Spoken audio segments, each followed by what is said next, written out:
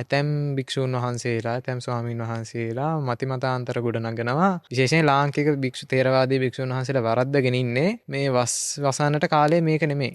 ලංකාවට මේ වහින්නේ හොඳටම පායනවා. නමුත් මේ භික්ෂූන් වහන්සේලා වසනවා. මොකද්ද මේ අරමුණ කියලා. මේ වස්සානේ වස්සන් කියන එක තමයි වැරදියට අරගෙන තියෙන්නේ. මේ වස්සානේ කියන එක අපිට අර්ථ ගන්නට වෙන්නේ ඍතු වශයෙන්. එතකොට මධ්‍ය දේශයේ ඉන්න භික්ෂූන් වහන්සේලාට සත්ව සම්වලින් කරන දේවල් පාවිච්චි කරගන්න තහනම්. කටිනේ කියන එක වස්වසපු භික්ෂුව සංවිධානය කරන එකක් නෙමෙයි. මාර්ගඵල වලට යන කෙනා, ධාන අභිඥා වඩන කෙනා සීලය අනිවාර්යෙන් රකින්නවා, ඒක රැකෙනවා. බ්‍රහ්මයා තනිව හැසිරෙන කෙනෙක්. ඒ වගේම මේගොල්ලොන්ගේ සිත් තුළ ඒගොල්ලෝ රාගය උපදව ගන්නෙ නැහැ. අන්න ඒ නිසා බුදුරජාණන් වහන්සේ භික්ෂූන් වහන්සේලාට රාගයෙන්ට තියෙන පැති වහනවා. සාමාන්‍ය අවුරුදු 20 25 වගේ කෙනෙක්ට ඇති වෙන රාගයේදී ඒගොල්ලන්ට ඒකේ කන්ට්‍රෝලින් එකක් තේරෙනවා යම් කිසි මට්ටමක. මේක මෙහෙම කන්ට්‍රෝල් කරගන්න ඕනේ කියලා. අපිටත් ඒකේ ප්‍රෙෂර් එක වැඩි. මොකද කෙලෙස් රාගය මේ දේවල් අපිව නිරන්තරයෙන්ම එතකොට ස්ට්‍රෙස් කරනවා. ධර්මයේ කෙසේ වෙතත් විනය තර්කයට එහෙම ගොඩනගලා වෙනස් කරගන්නට බෑ අපිට. හැරීම අල්ලාගත හැකි තැන. පන්සිල් මළුව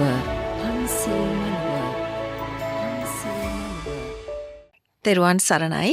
ඔබ සියලුම දෙනාට යහපතක් වෙන්න කියලා පන්සිල් මළුවේදී අප සියලු දෙනා ආශිර්වාද කරනවා. තවත් සුන්දර කාලවකවානුවකයි අපි ඔබව මුණ ගැහෙන්නේ පන්සිල් මළුවේදී.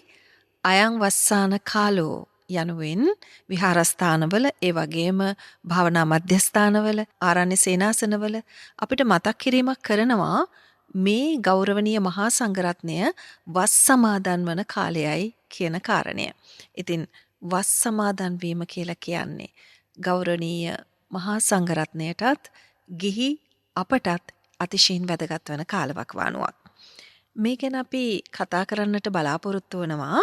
ඒ වගේම තවත් විශේෂ දහම් කාරණා බොහෝමයක් අද පන්සිල් මළුවේදී ස්වාමින් වහන්සේ සමග සාකච්ඡා කරන්නට අපි සූදානම්. උන්වහන්සේ දඹදෙණිය වජිරාරාම භාවනා මධ්‍යස්ථාන වාසී කැලණියේ ධම්මසිද්ධි සිද්ධාර්ථ ගෞරවනීය ස්වාමින් වහන්සේ. උන්වහන්සේ අද අපිට විශේෂ කාරණයක් පැහැදිලි කරනවා. ඒ වගේම මේ අපේ ස්වාමින් වහන්සේ මට මතක් වෙනවා මේ ධර්මාශෝක මහරජතුමාට ධර්මයේ දේශනා කරපු නිග්‍රෝධ මහරහතන් වහන්සේ උන්වහන්සේ සාමණේර මහරහතන් වහන්සේ අපිට මේ එකවර අපිට ධර්මයේ දේශනා කරන භික්ෂුන් වහන්සේ දුටු විට අපිට යම්කිසි හැඟීමක් එකවර එන්නට පුළුවන්. නමුත් උන්වහන්සේ පැහැදිලි කරන දහම් කාරණා අසා යම් ආකාරයකට අපේ මනස පැහැදෙන විට අපිට දැනෙනවා උන්වහන්සේ ඊටමත් සුපේශල ශික්ෂාකාමී ධර්මදේශකයන්න් වහන්සේ කෙනෙක්, එහෙම නැත්නම් ගෞරවනීය ස්වාමින් වහන්සේ කෙනෙක් කියලා. අපේ ස්වාමීන් අපි අර මේ මං හිතන්නේ මේ ධර්මාශෝක රජතුමාගේ කතාවෙන්ම පොඩි මතක් කිරීමක් කරමුද? මං හිතන්නේ අපේ ස්වාමින් වහන්සේ ගැන ඔබ දැනගත යුතු සුවිශේෂී කාරණා කිහිපයක් තියෙනවා. වැඩසටහන අවසානයේට සමීප වෙලා අපි ගැන කතා කරමු. අපේ ස්වාමින් වහන්සේ තිරසනයි ශාලිකා මහත්මිය. ධර්මාශෝක රජතුමා විශාල යුද්ධයක් සිද්ධ කරනවා ඉන්දියාවේ. එහෙමයි. ඉන්දියාවේ යුද්ධය ඉවර වෙනකොට යා ධර්මාශෝක නෙමෙයි බොහෝ පිරිසක් ඝාතනයට ලක් කරලා රාජ්‍යවල් අල්ලගෙන විටින් විට යුද්ධ ප්‍රකාරව සිටපු අධිරාජ්‍යයක් නැත්නම් රජ කෙනෙක්. එතකොට යාව මිනිස්සු අඳුරගෙන හිටියේ ධර්මාශෝක විදිහට නෙමෙයි ඡණ්ඩාශෝක විදිහට. ඒ කියන්නේ බොහොම රෞද්‍ර සටන්කාමී යුද්ධ බිමේදී බොහොම රෞද්‍ර විදිහට හිටපු කෙනෙක් විදිහට තමයි මිනිස්සු යාව ලේබල් කරලා හිටියේ. එතකොට මේ යුද්ධය ඔක්කොම ඉවර වුණාට පස්සේ ලක්ෂ ගාණක් සේනාවද පිරිසද ජනයාද ළමයින්ද සියලු දෙනා බොහෝ පිරිසක් ඝාතනයට ලක් වෙනවා මේ යුද්ධවලදී. ඊට පස්සේ නමුත් ජයග්‍රහණයෙන් පස්සේ ධර්මාශෝක රජු වර්තමානයේ වෙන විට හිටියට එදා උන්වහන්සේ සඳලු තලයේදී බොහොම දුක්මුසුව බලාගෙන ඉන්නවා. මේ ආපස්සට හැරිලා බලනකොට සතුටු වීමට තරම් දේවල් නෙමෙයි කරලා තියෙන්නේ කියලා. එහෙමයි.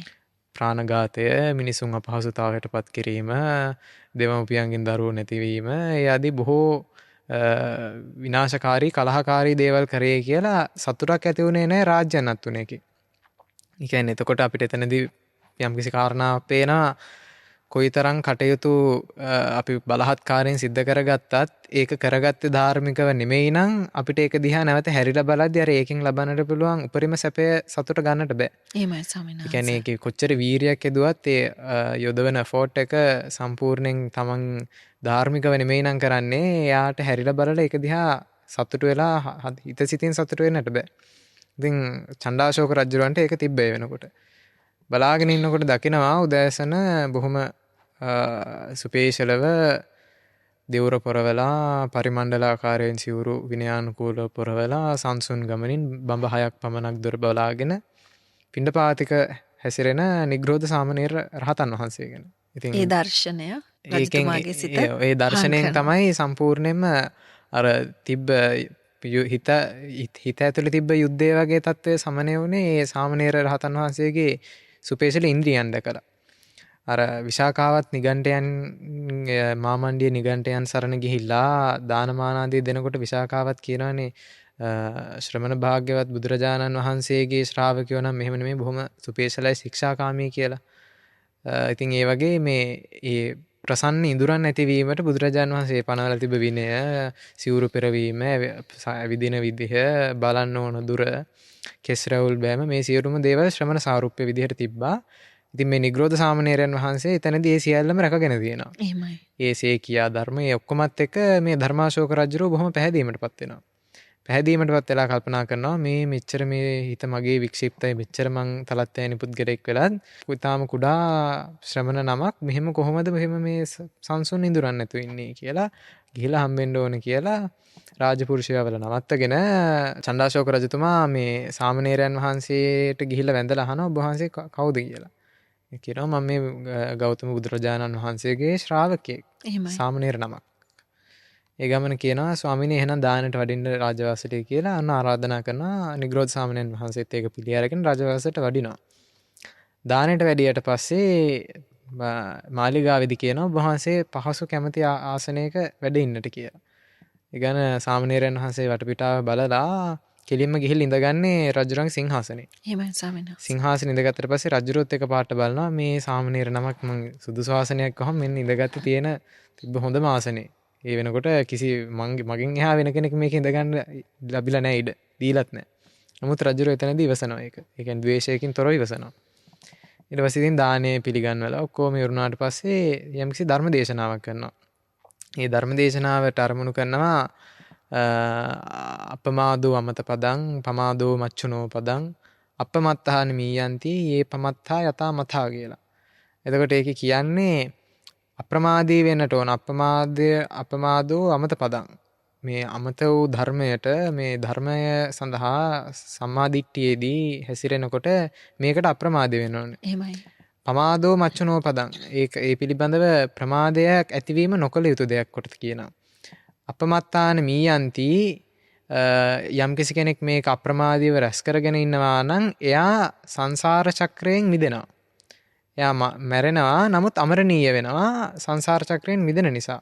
අපමත්තාන මීයන්ති යේ පමත්තා යතාමතා. එහෙම නොවන කෙනා ජීවත් වුණත් මැරුණා වගේ කියන අර්ථයක් තමයි මේ ගාථාවෙන් ලබා දෙන්නේ.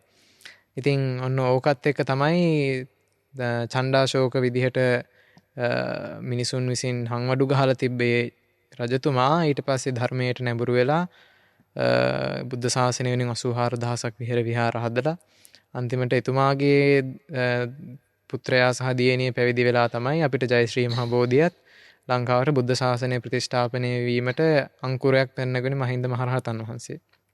ඉතින් ඒ නිසා අර ඒ සාමණේරයන් වහන්සේගේ ප්‍රසන්න ඉඳුරන් ඇතිභාවය සහ කෙටි වූ නමුත් බුදුරජාණන් වහන්සේගේ පරියප්තිය එහෙම නැත්නම් උන්වහන්සේගේ ධර්මයේ තියෙන ඍජු සහ ඒ මොහොතේම දැකගත හැකි ගුණයන් වල භාවය නිසා තමයි ඒ තරම් ශාසනයට සේවයක් වුණේ අන්තිමේ.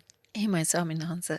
ඒ කාරණේ තාමත් යහපත් කාරණයක්. මොකද අපේ මේ ඉදිරි සාකච්ඡාවට ඒ තාමත් වැදගත් කාරණයක් වෙන නිසා තමයි ස්වාමීන් වහන්සේගෙන් මම පිළිබඳව විමසුවේ. අපේ ස්වාමීන් වහන්සේ අපට වස් කාලය ගැන යම් විශේෂ මතක් කිරීමක් කරා. මේ නිවැරදිම කාලයද මේ උචිතම කාලයේද ස්වාමීන් වහන්සේ වස් සමාදන්ව සිටින්නේ කියන කාරණේ අපේ ස්වාමීන් වහන්සේ.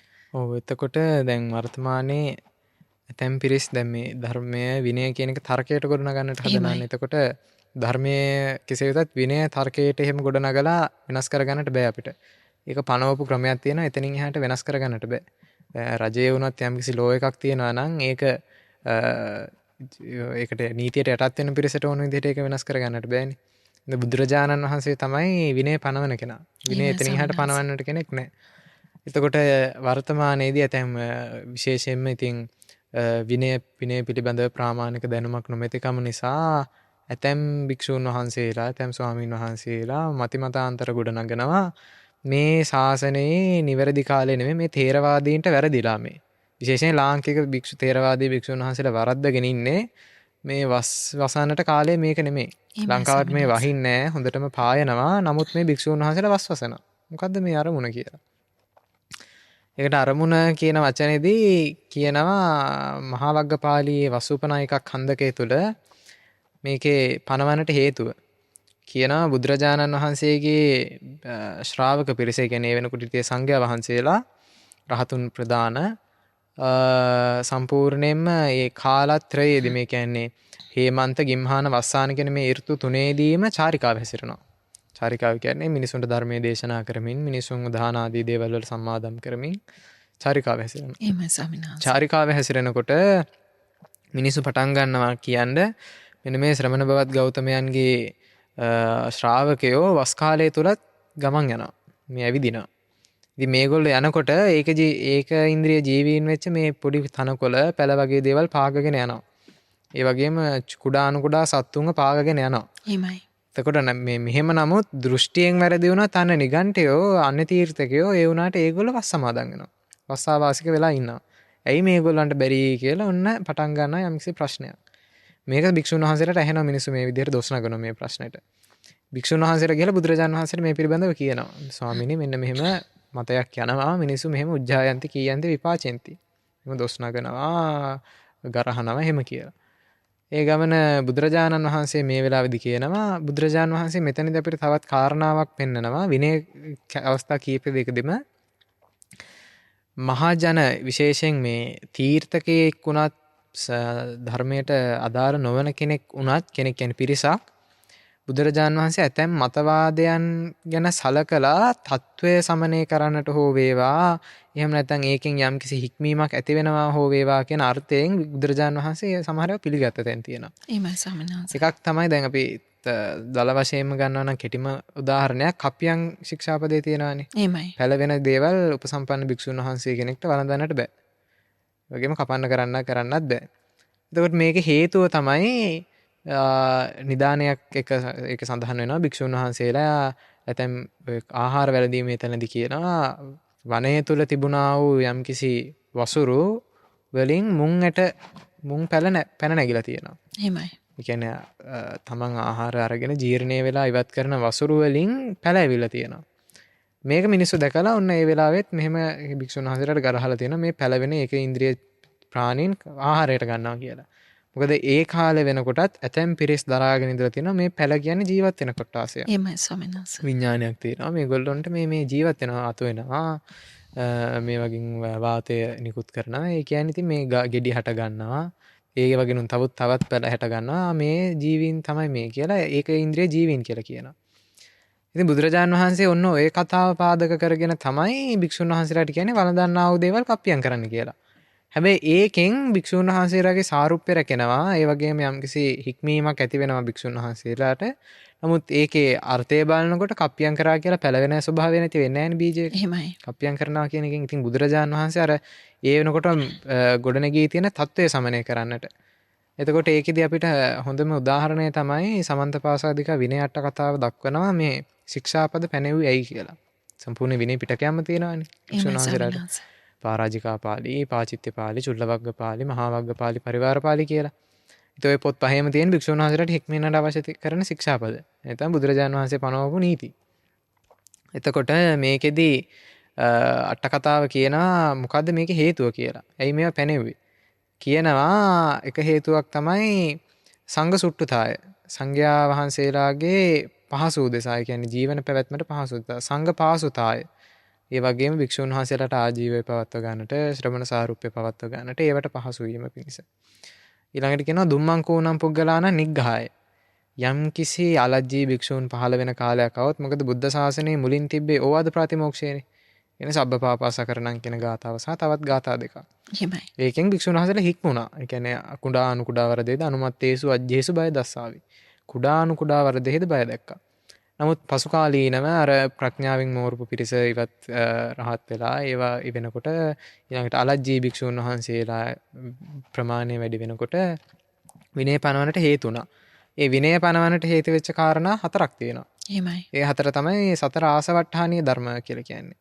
එතකොට ඒ හතර කියනවා නම් රත්ත්‍ඤ්ඤ මහත්තතා ශාසනයේ කාලයක් හිටපු භික්ෂුන් වහන්සේලා කියන්නේ පැවිද්දෙන් වැඩි හිටියන් වැඩි වෙනකොට මේ භික්ෂුන් වහන්සේලාගේ විවිධ මතවාද ඇති වෙන්නට පටන් ගන්නවා. රත්ත්‍ඤ්ඤ මහත්තතා, වේපුල්ල මහත්තතා.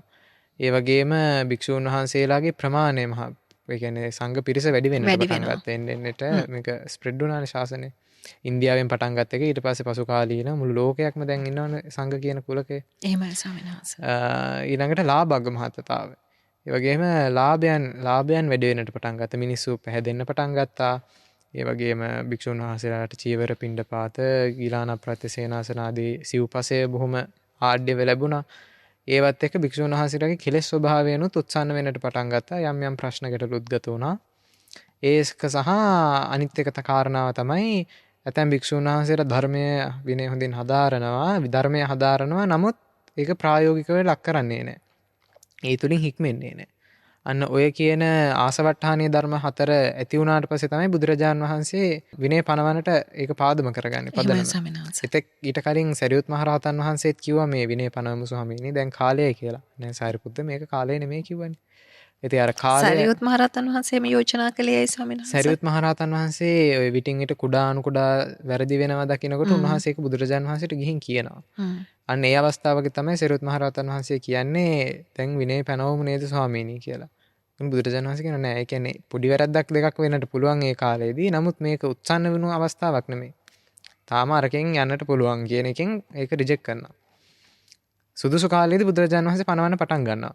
තවත් මතයක් තියෙනවානේ මේ බුදුරජාණන් වහන්සේ පළවෙනි වස්විස්ස තුල විනය පැනෙව්වේ නෑ කියලා. එහෙමයි. විනය පැනෙව්වේ නෑ කියන්නේ පරාජිකා සංඝාදේශ වගේ ගරුකාපත්‍ය පනවල නෑ. නමුත් මහා වග්ගපාලිය පරිශීලනය කරනකොට තේරෙනවා ඔය දුක්කට දුබ්බාසිත වගේ ආපත්‍ය බුදුරජාණන් වහන්සේ පනවල තියෙනවා පළමු වස්විස්සට පෙර. හැබැයි අර ගරුකාපත්‍ය වගේ ඒවා පනවල නැහැ. ඒ කියන්නේ ප්‍රාතිමෝක්ෂයක් නැහැ වෙනකොට. එහෙමයි. කොහොම හරි ඔන්න ඔය විදිහට දේවල් මුල් වෙනකොට ඊළඟට දුම්මන් කූණම් පුග්ගලාණන් නිග්‍රහය කිව්වා දුසිල්වත් භික්ෂූන් වහන්සේලා ලජ්ජී භික්ෂූන් වහන්සේලාට නිග්‍රහ කරන්නට. උන්ට වරද්දක් පෙන්නලා ඒ වරදින් මෙහාට ගන්නට යම්කිසි ක්‍රමයක් තියෙන්නට ඕන කිව්වා. අන්න ඒකටත් විනය පනවන්න හේතු වුණා. ඊළඟට පේසලානම් භික්ඛූණං පාසු විහාරාය. සුපේසල ශික්ෂාකාමී භික්ෂූන් වහන්සේලාට විහරණේ පහසු වෙන්නට ඕන. ඒ කියන්නේ වැරදි අය වැඩි වෙනවා කියන තැනේදී සුපේසල භික්ෂූන්ට ඉන්නට අපහසු වෙනවා නම් ඔවුන්ට හික්මෙන්නට අන්තය හික්මවන්නටද මේකට ශික්ෂාපදයේ භාජනය වෙනවා. ඒ කියන්නේ මේ කියන කාරණා 10 එකින් එකට දන්වැල් පුරුක් වගේ සම්බන්ධයි. මේක අරකට උපකාරයි, ඒක මේකට උපකාරයි එහෙම. ඊළඟට කියනවා සද්ධම්මට්ඨ ඉතිආය. ඒ කියන්නේ ශාසනයේ ධර්මයේ චිරස්ථාපනය වීම සඳහා. ඒ කියන්නේ කිව්වේ විනයෝ නාම බුද්ධ ශාසනස්සායු විනයෝ ටිතේ ශාසනං ටිතං හෝති. මේ විනය තියෙන තාක් කාලයක් තමයි ශාසනය පවතින්නේ. විනය අනුග්‍රහක භික්ෂුන් වහන්සේලා ඉන්න කාලයක් පමණයි ශාසනයේ ධර්මයත් ඒ කාලයක් පවතින්නේ. මොකද ඒකට හේතුව පළවෙනි ධර්ම සංගායනාවේදී මහා කාශ්‍යප මහ රහතන් වහන්සේ යම්කිසි වචනයක් කියනවා. එහෙමයි. ඒ වචනේ බොහෝම බලාත්මක සහ ගැඹුරු වචනයක්. යම්කිසි පාලි කොටසක් කියන එක කියන්නේ පුරේ අධම්මවාදීනෝ බලවන්තෝ හෝති ධම්මවාදීනෝ දුබ්බලා හොಂತಿ. ධර්මවාදීන් දුර්වල වෙලා අධර්මවාදීන් බලවත් වෙන්නට කලින් මේ සංගායනාව අපි කරන්නට ඕන කියනවා. ඊළඟට කියනවා විනයවාදීනෝ දුබ්බලා හොಂತಿ අවිනයවාදීනෝ බලවන්තෝ හොಂತಿ. අවිනයවාදීන් බලවත් වෙලා ඒ කියන්නේ මේ විනය රකින්නේ නැති පිරිස් බලවත් වෙලා බලාත්මක වෙලා විනය රකින්නා වූ පිරිස් දුර්වල වෙන්න පටන් ගන්නවා නම් අන්න ඒ කාලයට පෙර එවන් කාලයක් එන්නට පෙර මේ සංගායනාව කරන්නට ඕන කියලා තමයි සංගායනාව පටන් ගන්න. එහෙමයි. එතකොට ඒකෙන් කියවෙන්නේ අධර්මවාදීන් බලවත් වෙනකොට අවිනයවාදීන් බලවත් වෙනකොට මේ ශාසනයේ චිර පැවැත්ම එන්නට දුර්වල වෙනවා. මොකද ශාසනය කියන එකත් යම්කිසි කාලයක දිවත් වී යනවනේ. එතකොට ඒකට එකපාරටම එහෙම ෂණයකින් නැති වෙන දෙයක් නෙවෙයි. මේක ස්ටෙප් බයි ස්ටෙප් හිමීට ඉතින් භික්ෂුන් වහන්සේලාගේ කෙලෙස් ශ්‍රාවකයන්ගේ කෙලෙස් දැන් එහි අපිට ලක්ෂණ මතුවලා තියෙනවා ඉතින් සමාජයේ ඒ කියන්නේ විනය නැතුව විනය මොකටද නිවන් දකින්න කියලා අපිට ඒ කාරණා පැහැදිලි කරනවා ඇහෙනවා. ඒ වගේ දේවල් ඉතින් ඔව් ඒ වගේ කාලයකට තමයි අපි ඇවිල්ලා තියෙන්නේ කියලා ඒකෙන් අපිට දැනෙනවා. හොඳයි සමනස දැන් අපි කොහොමද වස් වලට මේ කාරණා ටික සම්බන්ධ කරන්නේ? ඔව් එතකොට මේ වස් කියන එකේදී අපිට ගණනට තියෙන එක ලක්ෂණයක් තමයි අර කාරණා 10ේදී එක තැනකදී කියනවා අපසන්නානංවා පසාදාය. අපහැදුන අයගේ පැහැදීම පිණිසත් ශික්ෂාපදේ උපකාර වෙනවා. චණ්ඩාශෝක රජතුමා ධර්මයට හැරුණේ ශාසනය කෙරෙහි පැහැදුනේ අර නිග්‍රෝධ සාමණේරයන් වහන්සේගේ සේකියා බල හික්මීම නිසානේ. එහෙමයි. උන්වහන්සේගේ සත්‍ය සංයමය නිසා ශ්‍රමණ සාරුප්‍ය. එතකොට ඒක ඇති කරේ බුදුරජාණන් වහන්සේ ශික්ෂාපද වලින්. අන්න ඒකෙන් කියවෙනවා අපහැදුන අයගේ පැහැදීම ඇතිවීම පිණිස. ඊළඟට කියනවා පසන්නානංවා බිහියෝ භාවය. පැහැදුන අයගේ පැහැදීම වැඩිවීම පිණිස. යම් කිසි කෙනෙක් ධර්මයේ පැහැදිලා ශාසනයට ආවනම් සංඝයා වහන්සේලාගේ ශ්‍රමණ සාරුප්‍ය නිසා එයා තව ටිකක් පැහැදෙනවා. එහෙමයි. තව තවත් පැහැදෙනවා. එතකොට ඒ පැහැදීම ඇති වෙනට එයා ධර්මයට නැඹුරු වෙනවා. එයාත් සීලයට නැඹුරු වෙනවා. භාවනාවට නැඹුරු වෙනවා. එයා දස කුසල් උපකාර කරගන්නවා. පාරමිතා කියන ඒවා වඩන්නට උත්සාහවන්ත වෙනවා. සමහර විට පැවිද්දටත් අපේක්ෂාව ඇති කරගන්නවා. ඒ නිසා නොපැහැදුණුන්ගේ පැහැදීම පිණිසත් පැහැදුණුන්ගේ තව තවත් පැහැදීම පිණිසත් මේ ශික්ෂාපද උපකාරයි විනය පිටකේ. එහෙමයි ස්වාමීන් වහන්සේ. ඒතකොට මේ වස් කාලය කියන එක දැන් අන්නට ශික්ෂාපදයේ පිළිබඳව කියවනේ මේ අන්‍ය තීර්ථකයොත් වස්සාවාසික වෙනවා. භාග්‍යතුන් වහන්සේගේ වස්සාවාසික වෙන්නේ නැහැ. අන්න ඒ වෙලාවේ බුදුරජාණන් වහන්සේ ප්‍රඥප්තිය පනවන මේ කතාව භික්ෂුන් වහන්සේට ගිහින් කිව්වට පස්සේ එහෙනම් මහණෙනි මම අනුදනවාද අනුජානාමි බික්කවේ වස්සානං උපගන්තුම්. ඒ ගමන භික්ෂුන් වහන්සේලා ප්‍රශ්නයක් අහනවා කොයි කාලෙද ස්වාමීනි වස් වසන්නේ? මොකද්ද දැන් වස් වසනවා හරි කොයි කාලෙද මොකද්ද කාලේ? බුදුරජාණන් වහන්සේ උන් තව ආයෙ නැවත කියනවා අනුජානාමි බික්කවේ වස්සානියේ වස්සං උපගන්තුම්. වස් කාලය තුල වස් සමාදන් වෙන්න කියන. ඊට පස්සේ බුදුරජාණන් වහන්සේගෙන් අහනවා නැවතත් භික්ෂුන් වහන්සේලා කොච්චර වස් සමාදන් වෙන්න ඕනද? එන්න ඒ වෙලාවේ බුදුරජාණන් වහන්සේ කියනවා දෙකක් තියෙනවා වස් සමාදන් වෙන ක්‍රම. එකක් තමයි පෙරවස් අනිත් එක තමයි පසුවස්. ඇසළ මාසයේ පොහොය දවසේට පහවදා තියෙන උපෝසත දවසේ වස් සමාදන් වෙනවා පෙරවස්. ඒක මහා පවාරණයේදී පවාරණයට ලක් කරනවා. පසුවස් තියෙන්නේ නිකිණි පෝයෙන් මට මගේ මතකයේ හැටියට නිකිණි පෝයෙන් පසු පෝය දවසේ පසුවස් තියෙනවා. එහෙමයි. එතකොට මේ විදිහට පෙරවස් පසුවස් කියලා දෙකයි තියෙන්නේ. ඉන්නේ හැට නැවත වස් සමාදන් වීමක් නැහැ. එතකොට දැන් මේ කියන කතාව ගත්තාම කියනන් මේ ලංකාවට වහින කාලේ නෙමෙයි මේ දැන් වස් වසන්නේ කියලා. එහෙමයි ස්වාමීන් වහන්සේ. මේ වස්සානේ වස්සන් කියන එක තමයි වැරදියට අරගෙන තියෙන්නේ. වස්සානේ වස්සන් කියන්නේ වහින කියන එකනේ දැන් ඔය අරන් තියෙන වහිනකොට වස් වසන්න ඕන කියන එක. මේ වස්සානේ කියන එක අපිට අර්ථ ගන්නට වෙන්නේ ඍතු වශයෙන්. මොකද වසූපනායකක් හන්දකේ මුලදිම හරියට කියනවා හේමන්තයේද ගිම්හානේද වස්සානේද භික්ෂුන් වහන්සේලා චාරිකාව ගියා කියලා හයිලයිට් කරනවා. එහෙමයි ස්වාමීන් වහන්සේ. අන්න එතකොට අපිට පේනවා මේ ඍතු තුනක් ගැන කතා කරනවා මෙතනදී. අන්න එතකොට මේ ඍතුව තමයි වස්සානේ කියලා කියන්නේ. ලංකාවටත් මේක තමයි වස්සාන කාර්යය.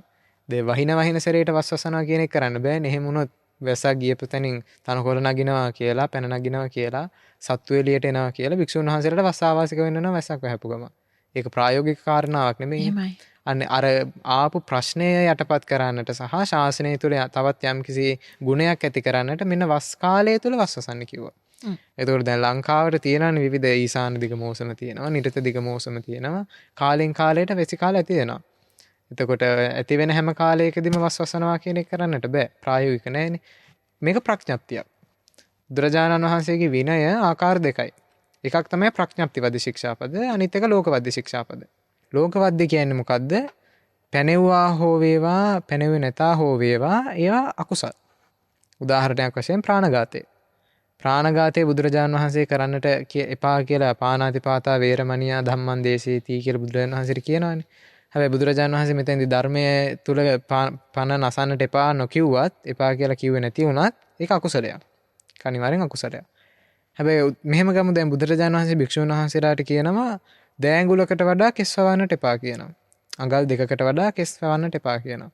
එතකොට ඒකෙදි කවුරු හරි දෑඟුලකට වඩා කෙස් වැව්වොත් එයාට අපායගාමී අකුසලයක් වෙන්නේ කෙස්වවන හින්දා නෙමෙයි. යම් කිසිසේකින් බුදුරජාණන් වහන්සේ පනවපු ප්‍රඥප්තියට පිටින් යනවා කියන තැන. එහෙමයි ස්වාමීන් වහන්සේ. එහෙම නැතුව කෙස්වවනවා කියන එක අකුසලයක් නෙමෙයි. අන්න ඒක තමයි ප්‍රඥප්තිවද්ද කියන්නේ. එතකොට ඔය ගහක අත්තක් කපනවා කියන එක. පැලවෙන ගසක භූතකාම ශික්ෂාපදයට අනුව භික්ෂුවකට පැලවෙන ගහක අත්තක් කපන්නට බෑ. උපසම්පන්න භික්ෂුවකට. හැබැයි ඒ අත්ත කැපුවොත් දැන් අපි හිතමු ගිහි කෙනෙක් අත්තක් කපනවා කියලා අපායට යනවා. ගහක අත්තක් කැපුවා කියලා නෑ. එයාට එතන ප්‍රශ්නේ තියෙන්නේ මේක බුදුරජාණන් වහන්සේ සාරුප්‍ය රැකීම පිණිස යම්කිසි රූල් එකක් දැම්ම මේක කරන්න එපා කියලා. ආපත්‍යක් වෙනවා පාචිත්‍ය ආපත්‍ය. අන්න ඒ විදිහට මේ භූත ප්‍රඥප්තිවද්දේ සහ ලෝකවද්ද කියලා ශික්ෂාපද දෙආකාරයි. එහෙමයි ස්වාමීන් වහන්සේ. එතකොට මේ අපි වර්තමානයේ ශ්‍රමණ සාරුප්‍යයට ගන්න ගොඩක් දේවල් ප්‍රඥප්තිවද්දේ බහුතරයක්. ඇතැම් දේවල් කෙලිම ලෝකවද්දේ. දැන් සංඝාදිශේෂ වගේ පළවෙනි දෙවෙනි සංඝාදිශේෂ ලෝකවද්ද ශික්ෂාපදයක්. ඉතින් අනෙත් ඒවත් තියෙනවා. දැන් කුටිකාරක ශික්ෂාපදේ වගේ නම් ලෝකවද්ද නෙමෙයිනේ. ඒක ප්‍රඥප්තිවද්දේ. එතකොට භික්ෂූන් වහන්සේ නමක් ප්‍රඥප්තිවද්ද ශික්ෂාපදයක් වෙනස් කරගන්නට පුළුවන්ද කියන කතාවේදී භික්ෂූන් වහන්සේ නමකට වෙනස් කරගන්නට බෑ ප්‍රඥප්තිවද්ද ශික්ෂාපද. හෝ වේවා ලෝකවද්ද ඒවා කොහොමද බෑ. ඒ කියන්නේ දැන් මේ වස් කාලය තුල මේ වස් වසන්නට ඕන අපිට වහිනකොට කියලා ඒක වෙනස් කරගන්න බෑ කාටවත්. එහෙමයි ස්වාමීන් මොකද ඒකට යම්කිසි සිද්ධාන්තයක් තියෙන ෆන්ඩමෙන්ටල් සිස්ටම් එකක් තියෙනවා. ඒ සිස්ටම් එකෙන් එහාට කෙනෙක්ට අලුත් එකක් ගොඩනගන්නට බෑ. ඒ නිසා ප්‍රදේශ වශයෙන් වෙනස් කරපු ඒවා 5ක් තියෙනවා ශික්ෂාපද. ප්‍රදේශ වශයෙන් ශික්ෂාපද 5ක් බුදුරජාණන් වහන්සේ ඉවත් කරනවා. ඒ කියන්නේ වෙනමම ඒවා ස්පෙෂලායිස් කරන මේ ප්‍රදේශයට. ඒ තමයි ඉන්දියාවේ මධ්‍ය දේශයට. එහෙමයි ස්වාමීන් වහන්සේ. ඉන්දියාවේ මධ්‍ය දේශයට විශේෂ ස්පෙෂල් රූල්ස් කීපයක් දානවා. ඒවා තමයි එකක් තමයි ඝනපූර්ණ ශික්ෂාපදේ. එක ශික්ෂාපදයක් තියෙනවා ඉන්දියාවේ මධ්‍ය දේශයේ විනය කර්මයක් කරනවා නම් උපසම්පදා අවම භික්ෂුන් වහන්සේලා 19ක් ඉන්නවා. උපසම්පන්න ප්‍රකෘති භික්ෂුන් වහන්සේලා අවම 19ක් ඉන්නවා. හැබැයි ප්‍රත්‍යන්ත දේශයක ඒ කියන්නේ ඉන්දියාවේ මධ්‍ය දේශයෙන් මෙහා තියෙන සහ අනිත් සියලු දැන් මේ රටවල් ප්‍රත්‍යන්තයි. මේ දේශවල යම් කිසි කෙනෙක් උපසම්පදා විනය කර්මයක් කරනවා නම් පංචවග්ග කර්මයක් විදිහට කරන්න පුළුවන්. ඒ කියන්නේ උපරිමම 5 නමක් හිටියම ඇති ප්‍රකෘති භික්ෂුන් වහන්සේලා. උපරිමයේ 5ක්. ඊට වඩා ඉන්නට පුළුවන් අවමයේ 5ක්. උපරිමයේ නෙමෙයි අවමයේ 5ක් ඉන්නට පුළුවන්. ඊට වඩා ඉතින් එහෙම ප්‍රශ්නයක් නැහැ. හැබැයි මධ්‍යම දේශයේදී උපරිමයේ ඉන්න පුළුවන් 10ට වැඩි වෙන්නට ඕන. අවමයේ 10යි. අවමයේ 10යි. 10ට අඩු වුණොත් බෑ කරන්න. ඒ ඝනපූර්ණ ශික්ෂාපදය. අනිත් එක තමයි සෙරෙප්පු පිළිබඳව ශික්ෂාපදයක් පනවනවා. මධ්‍ය දේශයේ ඉන්න අයට මල්ටි ලේයර්ස් තියෙන සෙරෙප්පු පාවිච්චි කරන්නට බෑ. Multi layers. ඒගොල්ලෝ පාවිච්චි කරන්නට ඕන තුනී සෙරෙප්පු. එහෙමයි ස්වාමීන් වහන්සේ. ප්‍රත්‍යන්ත දේශයේ ඉන්න භික්ෂුන් වහන්සේලාට මල්ටි ලේයර්ස් කියන්නේ ස්තර වශයෙන් කීපයක් තියෙන ඝනකම සෙරෙප්පු පාවිච්චි කරන්න පුළුවන්. ඒකේ හේතුව තමයි ප්‍රත්‍යන්ත දේශයන් වල ගල් බොරළු ස්වභාවයන් ඊට පස්සේ තනිතලා භූමි නැති වගේ ප්‍රශ්න තියෙන නිසා ප්‍රත්‍යන්ත දේශවල භික්ෂුන් වහන්සේලාට ඒකත් වෙනස් කරගත්තා. වෙනස් කරා බුදුරජාණන් වහන්සේ. ඊළඟ ශික්ෂාපදය තමයි භික්ෂුන් වහන්සේලාට බුදුරජාණන් වහන්සේ අපි දැන් කියන්නේ ඇතිරිලි පිළිබඳව පුටු ඇතිරිලි ඇඳ ඇතිරිලි ආදී ඒව පෙන්වනවා. එතකොට මධ්‍ය දේශයේ ඉන්න භික්ෂුන් වහන්සේලාට සත්ව සම්වලින් කරන දේවල් පාවිච්චි කරගන්න තහනම් බෑ. හැබැයි ප්‍රත්‍යන්ත දේශවල ඉන්න භික්ෂුන් වහන්සේලාට සම් කීපයක් පුළුවන්. ඇඳ ඇතිරිලි පිළිබඳවත් යම්කිසි ශික්ෂාපදයක් වෙනස් කරා සත්වහම් පුළුවන් බෑ කියලා. ඒ වගේ තවත් ශික්ෂාපද දෙකක් ඉදිරියට කියන අපි අර කාලය එකතු කරගන්නට ඕන නිසා මාතෘකාව ගැන කතා කරනකොට වස් කාලය කියන එක ඍතු වශයෙන් කියපු දෙයක්. එහෙමයි ස්වාමීන් වහන්සේ. ඒක නැත්තම් ප්‍රදේශ වශයෙන් වෙනස් කරගන්න බෑ. ඒකයි මම අර ප්‍රදේශ ප්‍රඥප්ති ටික ගැන කිව්වේ. ප්‍රදේශ වශයෙන් තියෙන ওই 5 විතරයි. අනිත් ඒවා සියල්ලම මේක ප්‍රඥප්තියක්. එකම රූල් එකක්. වැස්සත් වේවා අපි හිතමු කවුරු හරි දැන් මැද පෙරදිග රටක හිටියොත් වහින් නැති කාලයක් කියමුකෝ මේ කාලේ. එයාට වැස්සෙ නැතත් එයා වස්සහවාසික වෙන්න ඕන ප්‍රඥප්තියට අනුව. නොකරන්නාට තුකුලා ඇවතක් තියෙනවා. ඒ වගේම මේක සාරත දීපනී ටීකාවේ මෙන්න මෙහෙම පාඩයක් කියනවා. භගවතා පඤ්ඤත්ත කාලං අනාදරියං කତ୍වා අඤ්ඤස්මින් කාලේ උපගතං වස්සං න වස්සං හෝති. ඒ කියන්නේ බුදුරජාණන් වහන්සේ ප්‍රඥප්තිය තුළ යම්කිසි කාලයක් පැනෙව්වාද ඒ කාලයෙන් මෙහා යම්කිසි කෙනෙක් හිතලා වෙනස් කරගන්නවා. දැන් ඔය ඇතිවුණු කතාවත් එක්ක ඇතැම් භික්ෂුන් වහන්සේලා දාලා තිබ්බා මම මේ වතාවේ වස් සමාදන් වුණේ නැහැ හේතුව අපිට වහින්නේ නැහැ. අපිට වහින්න නැති නිසා වස් සමාදන් වෙන්නේ නැහැ. මම වහින කාලේ තමයි වස් සමාදන් වෙන්නේ. අන්න ඒක තමයි මේ සාරත්‍ය දීපනී ටීකාව කියන්නේ. බුදුරජාණන් වහන්සේ ප්‍රඥප්තිය තුළ වදාළ කාලයට අමතරව යම්කිසි කෙනෙක් කාලයක් තෝරගෙන වස් වසනවා නම් ඒ වස් කාලය වස් කාලයක් නෙවෙයි. ඒක වස් කියලා ගන්නෙ නෑ ඒ වස් කාලය. ඒ වගේ මේ භික්ෂුන් වහන්සේට කටිනස්ථාරෝ න ලබ්බති. කටිනස්ථාරයක් ලබන්නෙත් නෑ භික්ෂුන් වහන්සේ. කටිනස්ථාරය කියලා කියන්නේ කටිනානිසංස 5ක් තියෙනවා. භික්ෂුන් වහන්සේ නමක් පෙරවස් සමාදන් වෙලා කටිනයක් ලබා ගත්තට පස්සේ ඒ භික්ෂුන් වහන්සේට ආනිසංස 5ක් වෙනෙන් ලැබෙනවා. ඒ කියන්නේ මේ කර්මයේ ආනිසංස ගැන නෙමෙයි මේ කියන්නේ. විනය පිටකයේ තුල කියන ආනිසංස 5ක්. අන්න ඒ ආනිසංස 5 ලැබෙනවා මේ භික්ෂුවට. මෙන්න මේ සාරත දීපනී ටීකාවේදී කියනවා කටිනයක් ලබා ගන්නවා කියලා එතනදී කියන්නේ ස්වාමීන් වහන්සේ. කටිනයක් ලබා ගන්නවා කියන්නේ පෙරවස් සමාදන් වූ භික්ෂුන් වහන්සේ නමක් පෙරවස් සමාදන් වෙලා වස් බිඳගන්නේ නැතුව දිගටම එනවා නම් ඒ භික්ෂුන් වහන්සේ මහා පවාරණය කරාට පස්සේ දායකයන්ගේ කැමැත්තෙන් කටිනය කියන එක පිළිබඳ වෙනම මාතෘකාවක්. ඒක ලොකු මාතෘකාවක්. කටිනය කියන්නේ විග්‍රහ කරොත් ඒකට ලොකු කාලයක් යනවා. නමුත් කෙටියෙන්ම කිව්වොත් කටිනය කියන එක වස්වසපු භික්ෂුව සංවිධානය කරන එකක් නෙමෙයි. උදාහරණයක් වශයෙන් කියනවා නම් වජිරාරාමයේ මම වස්වසනවා මට බෑ වජිරාරාමයේ කටිනය සංවිධානය කරන්න. ඒක ගිහි පාර්ශවයේ ඒක ගිහි පාර්ශවයේම ස්වාධීනව හිතලා කරන්නට ඕන දෙයක්. කරොත් අර කටිනය අසිද්ධ වෙනවා. භික්ෂු වස්සාවාසික භික්ෂුව මේක සංවිධානය කරොත් කටිනය කියන එක කියලා කරගත්තොත් ඒ කටිනයක් නෙමෙයි. එතකොට දායකයාටත් කටිනානිසංස නැහැ. භික්ෂුන් වහන්සේට විනයානුකූල කටිනානිසංසත් නැහැ. ඔක පැහැදිලිව කියන බුදුරජාන් වහන්සේ ආකාශයෙන් වැටුණා වගේ මේක කරන්නට ඕන කියන උපමාවෙන්ම කියනවා. කියන්නේ කටිනය කියන එක භික්ෂුවට අහසෙන් වැටුණා වගේ. අපේක්ෂාවෙන් තොරයි. ඒ කියන්නේ කලින් සූදානම් කිරීම කියන දේවල් වලින් තොරව සිද්ධ වුණා කියලා. එතකොට එතනදී කියනවා මවගෙන්වත් ඉල්ලන්න බෑ කියනවා. දැන් සාමාන්‍ය භික්ෂුවකට පුළුවන් නේ දෙමව්පියන්ගෙන් ඥාතීන් 10කින් ඉල්ලන්න. ඒකදී කියනවා කටිනය කියන එක එහෙමවත් කරන්න එපා කියනවා. දෙමව්පියන්ටවත් කියලා කරගන්න එපා කියනවා. ඒ කියන්නේ කටිනය කියන එකයි වස් කාලය කියන එකයි සම්පූර්ණයෙන් දෙකක්. එහෙමයි ස්වාමීන් වහන්සේ. කටිනයක් නැහැ කියලා වස්වසන්න බැරි කමක් නැහැ. ඒ වගේම දායකෙක් වස් ආරාධනා කරේ නැහැ කියලා වස්වසන්න බැරි කමකුත් නැහැ. ප්‍රඥාප්තියට අනුව වස්වසනවා කොහොම හරි. වස්තුන් මාස ඉන්න එක නේතොල්ට වෙලා. පින්ඩ පාතයක් කරගන්න එක කරගන්නට තමන්ට ප්‍රශ්නයක් නැත්නම් ඒකත් පුළුවන්. එතකොට අන්න ඒ වගේ මේක ප්‍රඥාප්තියක්. එහෙමයි ස්වාමීන් වහන්සේ. වැස්සා හෝ නැතා හෝ වේවා වස්වැසීම කරන්නට ඕන. මේ වස්සානේ වස්සන් කියන එකේදී කියන්නේ වහින එක ගැන නෙමෙයි වස් ඍතුව වෙන්න. ඍතුව පිළිබඳව කියන්නේ. ඒ ඍතුව තුළ වහිනවද නැද්ද කියන එකට අදාළ නැහැ. ඒකට හොඳම උත්තරේ දුන්නේ සාරත දීපනී ටීකාව. ප්‍රඥාප්තියේ තියෙන තුල තියෙන කාලයට වඩා එළියෙන් යම් කිසි කෙනෙක් ප්‍රඥාප්තියෙන් පිට කාලයක වස්වසුවොත් ඒක වස් කාලය කියලා ගන්නෙ නැහැ. ඒ වස් කාලයක් නොවන කාලයක වස්වසුව භික්ෂුවට කටිනානිසංස ලැබෙන්නෙත් නැහැ. ඒකෙම පේනවා මේක වෙන කාලයක කරන්නත් බෑ. කරොත් ඒක කටින වස් කාලයක් වෙන්නෙත් නැහැ. එහෙමයි. එතකොට ඒ භික්ෂුන් වහන්සේ අතනදී අරක අයින් කරොත් ඒ කියන්නේ මම මේක මේ කාලේ වහින්නේ නැහැ මම මේක සමාදන් වෙන්නේ නැහැ කියලා ඒක දුරුනික්ෂේපය කරොත් ඉවත් කරලා දැම්මොත් ඒ භික්ෂුවට දුකලා ඉවතකුත් වෙනවා. එහෙමයි ස්වාමීන් වහන්සේ. හොඳයි ස්වාමීන් වහන්සේ දැන් අපි කටිනය එහෙම නැත්නම් මේ වස් සමාදන් වීම කියන කාරණේයි අපි ස්වාමීන් වහන්සේගෙන් පැහැදිලි කරගත්තේ මුලින්ම. ස්වාමීන් වහන්සේ දැන් මම හිතන්නේ අපේ ස්වාමීන් වහන්සේ ගැන තොරතුරු ඔබට කෙටි වශයෙන් හෝ ඉදිරියේදී දැනගන්නට පුළුවන් වේවි. ස්වාමීන් වහන්සේ අපට මේ කාරණයක් පැහැදිලි කර දෙනවා නම් වටිනවා. බඹසර කියන දේ ආරක්ෂා කිරීම ස්වාමීන් වහන්සේ. සීලය විශේෂයෙන්ම මේ තරුණ වියේ පසුවන අයට කොයිතරම්නම් ශක්තියක් වෙනවාද එයගේ ජීවිතේ ඉදිරි කටයුතු ඉතාමත් හොඳින් සාර්ථකව කර ගැනීම උදෙසා ස්වාමීන් වහන්සේ. එතකොට එතනදී සීලය කියන එක ගැන මුලින්ම කියනවා නම් බ්‍රහ්මචාරී භව කියන්නේ සීලේ ප්‍රභේදයක් නේ එතන. එහෙමයි ස්වාමීන් වහන්සේ. එතකොට සීලය ගැන කතා කරනකොට මේ සීලය කියන්නේ කෙලිම පාරමිතාවක් මුලින්ම කියනවා නම්. සීලේ පාරමිතාවක්. සීල පාරමිතාව කියලා ඒක බුදුරජාණන් වහන්සේ පාරමී උපපාරමී පරමත්ත පාරමී වශයෙන්ම පිරිපු දෙයක්. එතකොට සීලයෙන් තොරව කෙනෙක්ට මාර්ගඵල වලට යන්නට විදිහක් නැහැ. ඒ වගේම මාර්ගඵල වලට යන කෙනා සීල් රකින්න නැත්තේත් නැහැ. ඒ කියන්නේ සෝවාන් වෙන කෙනෙක් තුල එයා අනිවාර්යයෙන්ම පන්සිල් රකිනවා. ඒක අනිවාර්යෙන් වෙන දෙයක්. පන්සිල් පදයක් කඩන්නේ සෝවාන් වෙන කෙනා. ඒත් මොකද ඒකට හේතුව කියනවා සෝවාන් වෙන කෙනා අපායගාමි වෙන්නේ. එහෙමයි. හේතුව එයාගේ අතින් අකුසල කර්මපතෙන් සිද්ධ වෙන්නේ නැහැ. අපායගාමි වෙන. අන්න ඒ වගේ මාර්ගඵල වලට යන කෙනා ධාන අභිඥා වඩන කෙනා සීලය අනිවාර්යෙන් රකින්නවා ඒක රැකෙනවා.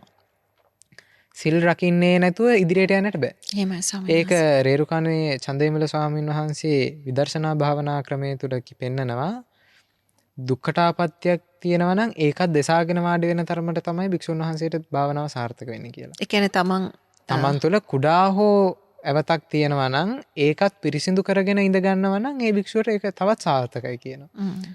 මොකද ඒක පිරිසිදු කරගන්නවා කියලා කොහොමද? පිරිසිදු කරගන්නවා කියන්නේ දැන් දේශනා ගාමිනී ආපත්‍ය කොටසක් තියෙනනේ විනය තුළ. ස්වාමීන් අපි පොඩ්ඩක් අපේ ශ්‍රාවකින්ට ඔය විනය පිළිබඳව එහෙම ලොකු පැහැදිලි ඒ අයට අපි ආරාධනා කරමු මේ ගැන අධ්‍යයනය කරන්න කියලා. අපිට බහුතර ශ්‍රාවකයාට තේරෙන විදිහට අපි කෙටියෙන් කිව්වොත් දේශනා ගාමිනී කියලා කියන්නේ ඇවත් කොටසක් තියෙනවා. මේක ලොකු ප්‍රමාණය 227ක් තියෙනවානේ. මේකෙන් එක් කොටසක් තියෙනවා වරද වුණාට පස්සේ වැඩිහිටි හෝ තවත් භික්ෂුන් වහන්සේ නමක් ගාවට ගිහිල්ලා වුණා වූ වැරද්ද පාපොච්චාරණය කරනවා. ඒක පාපොච්චාරණය කිරීම. මෙන්න මේ වැරද්ද මගේ අතින් වුණා ස්වාමීනි. ආන්න ඊට පස්සේ අර භික්ෂුන් වහන්සේ කියනවා ඒක හික්මෙන්න ඔබ වහන්සේ නැවත ඒක කරන්න එපා. වැඩිහිටි භික්ෂුන් වහන්සේ කෙනෙක් ඒක බාල හෝ වේවා වැඩිහිටි වස් උපසම්පන්න භික්ෂුවක් ගාවට යනවා. උපසම්පන්න භික්ෂුවක් ගාවට ගිහිල්ලා කියනවා මේ වැරද්ද වුණා මගේ අතින්. එතකොට ඒ ආපත්‍ය දිසන අනිත් භික්ෂුන් වහන්සේ කෙනෙක් අසන කෙනා කියනවා ඒක හික්මෙන්න. නැවත කරන්න එපා. දෙවනුවද හික්මෙන්න. නැවත කරන්න එපා. තුන්වෙනුවද හික්මෙන්න. එතකොට ඇවත් ගිහින් කියන්නේ මම ආම බන්තේ. එහෙමයි ස්වාමීනි කියලා ඒ උපදෙස් පිළිගන්නවා. ඒකෙන් කියවෙන්නේ මේ අකුසලයක් වුණා නම් අකුසලේ නැති වෙනවා කියන එක. එහෙම කතාවකුත් තියෙනවානේ. කොහොමද මේ ඇවත් දෙසනවා කියන එකෙන් පිරිසිදු වෙනවා කියන්නේ. මේ සීලය කියන එක දෙසලා පිරිසිදු වෙනවා කියන්නේ අර කළා වූ වැරද්ද ගිහිල්ලා පාපොච්චාරණය කරනවා බොහෝ විට ප්‍රඥාප්තිවද ශික්ෂාවක් වෙන්න පුළුවන්. එහෙමයි ස්වාමීන් බොහෝ ලෝකවද්‍ය ශික්ෂාපද වගේ ඒවා වත්මානත් ආදී ක්‍රම වලින් ඕන ඒ වගේම නිදහස් වෙන්න. හොඳයි.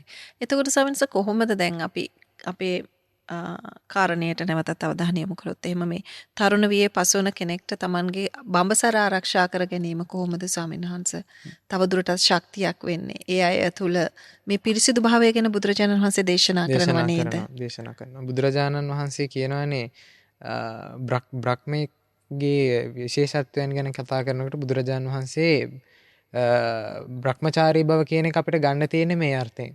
බ්‍රහ්මයා තනිව හැසිරෙන කෙනෙක්. බ්‍රහ්මයෝ කියන්නේ තනිව හැසිරෙනවා. ඒ වගේම ඒගොල්ලෝගේ සිත් තුළ ඒගොල්ලෝ රාගය උපදව ගන්නෙ නැහැ. රාගය උපදින්නේ නැහැ කියන එක නෙමෙයි. ඒගොල්ලෝ ධානා සිත් වල ඉන්න නිසා රාගයට වෙලාවක් නැහැ. ඉඩ මතුවෙනට. ඒවා යටපත් වෙලා තියෙන තදංග වශයෙන්. එතකොට මේ බ්‍රහ්මයක් වගේ වීමේ විශේෂ Tamanට ලැබෙන එකේ බෙනිෆිට්ස් තමයි යම් කිසි කෙනෙක් රාගිකව නිතරම ඉන්නවා නම් එයාගේ සිත තුළ නිතරම විතරක ඇති වෙනවා. ඒ වගේම එයාට වෙන දෙයකට මානසිකාරය ලබා දෙන්නට බෑ. එහෙමයි. වෙන දෙයක් මානසිකාරයට ලක් කරන්න බෑ. අන්න ඒ නිසා බුදුරජාණන් වහන්සේ භික්ෂුන් වහන්සේලාට රාගයෙන්ට තියෙන පැති වහනවා. ස්පර්ශයෙන්වත් රාගයක් එන්නට ඉඩ තියන්නේ. වෙනත් තමන්ම උපක්‍රමයක් කරලවත් රාගයක් ඇති කරගන්නට ඉඩ තියන්නේ. හිත තුළ ඇති වෙනවාද ඒක බුදුරජාණන් වහන්සේ විවිධ ක්‍රම වලින් භාවනා අසුභයෙන් පටිකූල මානසිකාරයෙන් ඒව යටපත් කරගන්නට ක්‍රම කියනවා. එතකොට ඒකට හේතුව තමයි භික්ෂුන් වහන්සේ නමකට වේවා නැත්නම් මේ ධර්ම මාර්ගය තුළ ගමන් කරන කෙනෙක්ට වේවා තමන්ගේ මාර්ගය පැහැදිලිව යන්නට උපකාර වෙන දේ තමයි චිත්ත ඒකාග්‍රතාවය. සිත එක්තැන් වීම. එතකොට රාගය කියන එක හාත්පසින් දැවෙන දෙයක්. නත්ති රාග සමං අග්ගි. මේ අග්නිය ගින්නක් වගේ රාගයට වඩා ගින්නක් නැති තරම්. ඒ නිසා රාගය කියන එක අපි තුලත් ඇති වෙනවා. දැන් අපි හැමෝම තුල රාගය ඇති වෙනවා මාර්ගඵල ඇවිල්ලා නැත්තම්. එතකොට එහෙම වුණාට ඒක යටපත් කර ගැනීමෙන් Tamanට වාසි තියෙනවා. තදංග වශයෙන් මේ යටපත් කරන්නේ අපි කුසල් කර්මයක් කරනකොට අකුසලයේ තදංග වශයෙන් යටපත් කර ගන්නවා. ඒක නිකන් උදාහරණයකින් කියන්නේ වතුර යට රබර් බෝලයක් තියෙනවා. අතින් අල්ලන් ඉන්නකම් මේක යට තියෙනවා. හැබැයි යම් කිසි වෙලාවක අත ඇත්තරපු ගමන් අර උඩ මතු වෙනවා. අන්න ඒ වගේ මාර්ගාධිගමයන්ට නොගිය කෙනා තුළ අකුසලයක් සිද්ධ වෙන්නට පුළුවන්. අකුසල් සිත් ඇති වෙන්නට පුළුවන්. නමුත් ඒක යටපත් කරගන්නවා යටක් ගාලා. අන්න ඒකට උපකාර වෙන දේවල් තමයි ඔය අසුභය, පිළිකුල් භාවනාව. ඒ වගේම තවත් දැන් අපි මනෝවිද්‍යාත්මක ක්‍රමවේදයකින් ගන්නවා නම් ඒ රාගය උපදින කෙනාට පුළුවන් වෙනත් ක්‍රමවේදයකින් ඒක මග හරවන්න. සමහරවිට දැන් තරුණ වයසේ දරුවෙක් කොහොමද ඕක කරන්නේ? තරුණ වයසේ අවුරුදු අපි හිතමු දැන් 13, 14, 15 ඒ වගේ වයසේ දරුවෙක් ඒ වගේ අයට ඉතින් බොහෝ වෙලාවට එතනදී අර අපි විශේෂයෙන්ම කුමරි බඹසර ගැන මේ කතා කරන නිසා. ඔව් එතකොට ඒකෙදී අපි දකින විශේෂම කාරණාව තමයි එතනදී ගයිඩ්ලයින් එකක් තියෙන්න ඕන. ගයිඩ් කරන්න කවුරු හරි ඉන්න ඕනේ. ඒක බුදුරජාණන් වහන්සේ උපසම්පන්න වෙලත් අවුරුදු 5ක් යනකම් ගයිඩ්ලයින් එකක් දෙනවානේ. වස් නිසමිදෙනකම් කියලා. එතකොට අර වයස් කාල සීමාව තුළ දෙමව්පියන් හෝ වේවා, යම්කිසි වැඩිහිටියෙක් හෝ වේවා, කල්යාණ මිත්‍රයෙක් හෝ වේවා, එයාව ගයිඩ් කරන්න ඉන්න කෙනෙක් ඕන. ඒ කියන්නේ යම්කිසි කෙනෙක්ට අයථා විදිහේ නිදහසක් ලැබීමෙන් දැන් ඔය කියන වයස් සීමාව තුළ ඒගොල්ලන්ට ලොකුවට දෙයක් හිතා ගන්නට බෑනේ. දැන් මේ ධර්මයේ තුල අසුභේ තියෙනවා, පටික්කුල මනසිකාරයේ තියෙනවා, ධාතු මනසිකාරයේ තියෙනවා, කුණප කොට්ටාස ඕවා දැනෙන්නේ නැහනේ.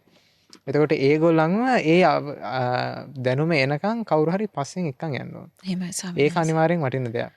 මොකද දැන් වර්තමාන තාක්ෂණයත් එක්ක සාමාන්‍ය අවුරුදු 20 25 වගේ කෙනෙක්ට ඇති වෙන රාගයේදී ඒගොල්ලන්ට ඒකේ කන්ට්‍රෝලින් එකක් තේරෙනවා යම් කිසි මට්ටමක. අපි මේක මෙහෙම කන්ට්‍රෝල් කරගන්න ඕනේ කියලා.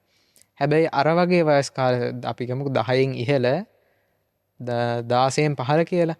ඒ වගේ වයස් සීමාව තුළ යම් කිසි කෙනෙක්ට රාගයක් ඇති වුණොත් ඒගොල්ලෝ මේකේ හොඳ නරක කියන එක ලොකුවට ඒගොල්ලන්ට හිතන්න තේරෙන්නේ. තේරුණත් ඒගොල්ලන්ට ඒක ඒ වෙලාවේ මානසිකාරයට ලක් වෙන්නේ. මොකද මේගොල්ලෝ දැන් ගවේෂණාත්මකව යන පිරිසක් නේ එනකොට හොයනවා මොකද්ද මේ රාගය ඉන්ට්‍රෙස්ටඩ් මේක පිළිබඳව. එතකොට ඒගොල්ලෝ වැරදට හසු වෙන්නට තියෙන ඉඩකඩ බොහොම වැඩි. මහා මංගල සූත්‍රයේ තියෙන කාරණා අපිට මෙතනදී බොහොම තීක්ෂණව හිතන්නට උපකාර වෙනවා. පතිරූපදේශ වාසෝච. පතිරූපදේශයක් තියෙන එක. ඊට ඒ වගේම මුල්ම මංගල කාරණාවේදී කියනවා අසේවනාච බාලාණං. බාලයන් ඇසුරු නොකිරීම. පණ්ඩිතානංච සේවනා. ගිහි හෝ වේවා පැවිදි හෝ වේවා ධර්මයේ ධර්මානුකූල ප්‍රතිපදාවේ හැසිරෙන ශික්ෂා ගෞරවයක් ඇති කරගත්ත. ඒ වගේම දේව ධර්ම කියලා අපි කියන්නේ. හිරියොතක් පවට ඇති ලැජ්ජාව සහ බය. අන්න ඒ වගේ පිරිසක් ඉන්නවනම් අසේවනාච බාලාණං පණ්ඩිතානංච සේවනා. සමහරවිට ඔය ඔක්කොම හරියාකාරව යොමු කරවන්න කෙනෙක් ඉන්න ඕනේ. දැන් අනිවාර්යෙන් ගයිඩ් එකක් තියෙනවා. 15කට අතර සාමාන්‍ය දරුවෙකුට ඕක ඒගොල්ලන්ට හොයාගන්න බෑනේ. අපි මේ ආශ්‍රය කරන කට්ටිය කියන්නේ සාංශාරිකව පුරුද්දක් තිබුණොත් ඒක කරගන්න. විශේෂ ඇබිලිටි එකක් තිබුණොත් මොකක් හරි ඒක සසරෙත් භාවිත බහුලීකృత කරලා දැන් බෝධිසත්වයෙක් වගේ වුණොත් නම් පුළුවන්. එහෙමයි. ඒ අරුණකොට මේ විශේෂයෙන් මේ ආයුෂය කෙටි වෙන කාලේනේ. එතකොට බුදුරජාණන් වහන්සේ කියනවානේ අවුරුදු 10 වෙනකොට කසාද බැඳලා ළමයිත් ඇවිල්ලා ඔක්කොම වෙලා මේක ඉවර වෙන කාලයක් ආයුෂ කෙටි වෙනවා කියලා. එතකොට එන්න එන්න මේ වෙන්නේ අර ඉහළටම තිබ්බ පීඩනය එන්න එන්න පොඩි වෙනවා. පීඩනයක්නේ දැන් මේ රාගය කෙලස් ගණනාවකින් මේ අපි පීඩාවටපත් වෙන්නේ. ද්වේෂය වේවා රාගය වේවා මොහොය ඔක්කොම කෙලස්. ඕක දැන් දීර්ඝ කාලයක් තියෙනකොට අපිට ඒක භුක්ති විඳින්නට ලොකු කාලයක් තියෙනවා. එහෙමයි. දැන් ආයුෂය දීර්ඝ නම් නේද? එතකොට රාගය ඇති වෙන්නේ යම් තාක් අපි හිතමු පරමාවශ 100ක් තිබ්බා කියලා. එයාට නිකන් ඒ රාගය ලොකුවට උත්සන්න වෙන්නට ඕන සාමාන්‍ය ක්‍රමවේදයට යනවා නම් 20 දී 25 දී 25 30 වෙද්දී අන්න ඒ කාලේ තමයි රාගික කාලේ. නමුත් දැන් මේ ආයුෂ කෙටි වේගෙන යනවනේ එන්න. අර එක්ස්පෑන්ඩ් වෙලා තිබ්බ දේ දැන් එන්න කොට වෙනවා. එහෙම වෙනකොට මේකේ තියෙන ප්‍රෙෂර් එක වැඩි මේගොල්ලන්ට. එතකොට ඒ කුලයට අපිත් වැටෙනවා. අපිටත් ඒක ප්‍රෙෂර් එක වැඩි. මොකද කෙලස් රාගය මේ දේවල් අපිව නිරන්තරයෙන්ම එතකොට ස්ට්‍රෙස් කරනවා. එතකොට ඒ කාලය වෙන විට යම්කිසි ඊට වඩා බුදුරජාණන් වහන්සේ කියනනේ ඇසුරකට තෝරගන්නකොට එක්ක තමන්ට වඩා වැඩි කෙනෙක් වෙනට. වැඩි කියන්නේ දැනුමෙන් හෝ ධර්මයෙන් වැඩි. ධර්මය කියන්නේ සම්මාදිට්ඨික ධර්මය. මෙතන කියන්නේ නේද සම. වයස නෙමෙයි. ඉතින් ඒක පැහැදිලිවම අර බාලාණන් කියන තැනේදී විග්‍රහ කරනනේ මංගල සූත්‍රයේ මේ වයසින් බාලය ගැන නෙමෙයි කියන්නේ. කුලයෙන් බාලය ගැන නෙමෙයි කියන්නේ. මේ බාලය කියලා කියන්නේ ආකල්පවලින්. කෙටිම වචනේ ආකල්පවලින්. සම්මා දිට්ඨියෙන් ආර්ය අෂ්ටාංගික මාර්ගයෙන් බාල කෙනෙක්. අපි හැමෝම තුළම ආර්ය අෂ්ටාංගික මාර්ගයේ යම් යම් මට්ටමින් තියෙනවානේ. සම්මා දිට්ඨිය, සම්මා සංකල්ප මේ දේවල්. එතකොට ඒ වශයෙන් ආකල්ප වලින් බාල කෙනා. සමහර විට දැන් නිග්‍රෝධ සාමණේරයෝ පඬිතෙක්. එහෙමයි ස්වාමීන් වහන්සේ. උන්වහන්සේගේ ඇසුර නිසානේ චණ්ඩාශෝක ධර්මාශෝක වෙන්නේ. මුල්ම කිව්වා වගේ. එතකොට මෙතන මේ බාලයා කියලා කියන්නේ තමන්ගේ මට්ටමට වඩා පහත් මට්ටම. එහෙමයි. කුලයෙන් නෙමෙයි. දැනුමෙන්. දැනුම කියන්නේ ධාර්මික පැත්තෙන් ලෝකෝත්තර ලෞකික ජීවිතය සැපවත් කරගන්නට අවශ්‍ය දැනුමෙන්, ඒ වගේම කර්මයේ කර්මඵලයේ පැත්තෙන් විශ්වාසය තබන මට්ටමේ මේ දේවල් වලින්. එයා තමයි මෙතන බාලයා කියන්නේ. එහෙම ඒ අතින් බාල කෙනා. එතකොට බුදුරජාණන් වහන්සේ කියනවා එක්ක තමන්ට සම කෙනෙක් තෝරගන්න. මගේ ආකල්ප වලට සම වෙන්නට ඕන. මං තුල යම් කිසි ධර්මයේ පිළිබඳව ලැබියාවක් තියෙනවා නම්, ධර්මයේ කර්මයේ කර්මඵලයේ විශ්වාසයක් තියෙනවා නම් ඒ හා සමාන කෙනෙක් වෙන්නට ඕන. එහෙම නැත්නම් මගේ මට්ටමට වඩා ඉහළින් ඉන්න කෙනෙක් වෙන්න ඕන. එහෙමයි ස්වාමීන් වහන්සේ. අන්න ඒක. එතකොට එහෙම පිරිසක් ඇසුරු කරනවා නම් ඔය අඩිතාලම වැටෙන කාලෙනේ ඔක. කළුවරේ අතපත ගානවා වගේ වැඩක් ඔය වෙන්නේ. ඔතනදී සාමනස සාධක කීපයක්ම බලපානවා. දෙමව්පියෝ එතකොට ගුරුවරු වැඩිහිටියෝ ඇසුරු කරන අය දැන් ඔතනදී පළවෙනිම තැන නේද ස්වාමීන් වහන්සේ මේ දෙමව්පියෝ සහ ප්‍රතිරූපේ. මොකද තමන් වාසය කරන ප්‍රදේශය අනුව ගත්තාම අපි හිතමුකෝ දැන් බොහොම කලාතුරකින් තමයි නරක ප්‍රදේශයක ඉන්න කෙනෙක් යහපත් විදිහට එළියට එන්නේ. නිකන් අර මඩේ පිපෙන නෙළුමක් වගේ වෙන ඒවා තියෙන්නේ කලුනික වගේ ප්‍රමාණයක්. 1000ක් ගත්තොත් එක්කෙනෙක් ඉඳි. හැබැයි අපි හිතමුකෝ යහපත් පරිසරයක ඉඳලා නරක කෙනෙක් එළියට යනවා කියලා. ඒකත් වෙන්නේ 1000කට එකක් වගේ. සම්පූර්ණයෙන්ම යහපත් පරිසරයක ඉඳලා අර සත්‍යකුඹ ජාතකයකට හොඳ උදාහරණයක් නේ. එහෙමයි ස්වාමීන්. පරිසරයට අනුව පුද්ගලයා වෙනස් වෙනවා කියන එක ඉතින් පෙන්නන්නේ. එතකොට ප්‍රතිරූපය මෙතනදී බලපානවා. දෙමව්පියන්ගේ තියෙන ධර්මානුකූල ස්වභාවය මෙතනදී බලපානවා. ඒ වගේම තපෝච බ්‍රහ්මචාරියංච බ්‍රහ්මචාරී භාවයත් එතනට බලපාන. එතකොට දෙමව්පියෝ තමන් ඇසුරු කරන අය බ්‍රහ්මචාරී ජීවිතයකට නැඹුරු වෙන්න ඕන. ඒ කියන්නේ කසාද නොබෙද ඉන්නවා කියන එක නෙමෙයි බ්‍රහ්මචාරී කියන්නේ. එතනදී යම්කිසි මට්ටමකින් හෝ දැන් අපේ බෞද්ධ සංකල්පයක් තියෙනවානේ නිති පන්සිල් පොහොය අටසිල්. එතකොට පොහොය අටසිල් කියනකොට එතන බ්‍රහ්මචාරී බවකුත් තියෙනවා. එයා බ්‍රහ්මචාරී වෙනකොට. ඒ වගේ තපෝච බ්‍රහ්මචාරියංච. ඒ වගේම පූජාච පූජනීයානම් පිදිය යුත්තන් පුදන ස්වභාවය. යම්කිසි කෙනෙක් නිරන්තරයෙන් පිදිය යුත්තන් කියන්නේ එතකොට සංඝ රත්නයේ බොහෝ විට ඔකට ඇතුල් වෙනවානේ. ගිහියත් පිදිය යුතුව ඉන්නවා. මේකේ දැන් මේ වෙනකොට ඉහළින්ම ඉන්න පිරිසක්නේ සංඝ කියන්නේ. භික්ෂුවක් නෙමෙයි සංඝ කුලකය. සම්පූර්ණ සංඝයා. එතකොට මේ සංඝයා පිදිය යුත්තක් නම් සංඝයා පිදිය යුතුයි කියන තැනදී ආ සංඝයාට මුහු වෙනවා. එහෙමයි ස්වාමීන් වහන්සේ. යහපත් සංඝයාට මුහු වෙනවා. මුහු වීමෙන් එයා තුළ රාකල් පැති වෙනවා.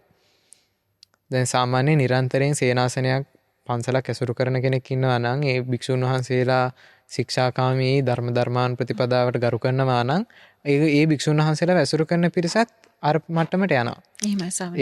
ඒගොල්ලෝ දිහා එතකොට තමන්ගේ අභ්‍යන්තරේ බලනවා. දැන් මේ භික්ෂුන් වහන්සේලා මෙහෙම කරනවා.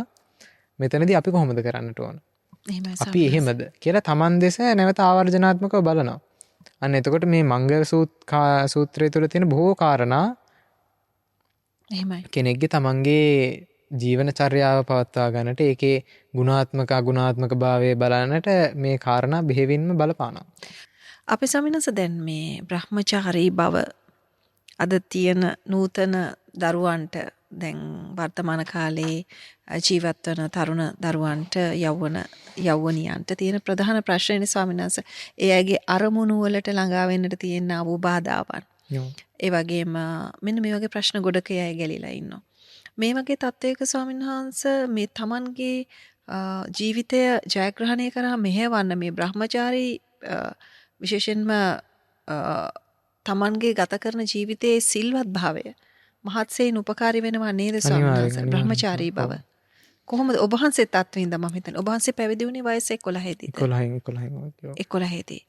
ඒ කාරණා අපි කීපයක් ස්වාමීන් වහන්සේත් එක්ක ඉදිරියේදී කතා කරමු. ස්වාමීන් වහන්සේ දැන් කොහොමද ඔබ වහන්සේට දැන් මේ වෙනකොට ඔබ වහන්සේගේ වයස?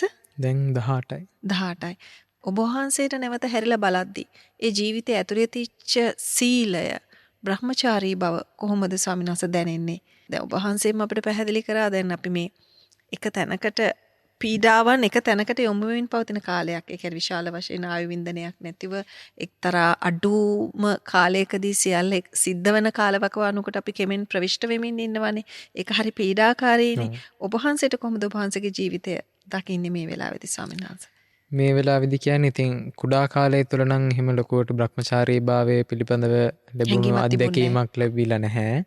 නමුත් වර්තමානයේ වෙන විට බ්‍රහ්මචාරී භාවය නිසා ඇතිවෙන ඒ කියන්නේ පොසිටිව් වශයෙන් ඇතිවෙන බෙනිෆිට් සහ නෙගටිව් වශයෙන් අපිට විඳින්නට සිද්ධ වෙන දේවල් දෙස නිකන් වීදුරුවකින් බලනා වගේ අපිට බලන්නට පුළුවන්කමක් තියෙනවා ධර්මය හරහා. අපිටත් රාගය ඇති වෙනවා. ඉතින් රාගික සිතුවිලි ඇති වෙනවා. ඒ වගේම ද්වේෂ සහගත සිතුවිලි ඇති වෙනවා. කෙලෙස් ඇති වෙනවා. නමුත් අපි ඒ වාගේ ගැලෙන්නට, ගැටෙන්නට, ඇලෙන්නට පෙර අපිට බලන්නට පුළුවන් තත්ත්වයක් තියෙනවා. කියන්නේ ධර්මය අපි අලලා බලනවානේ තැන්වලදී.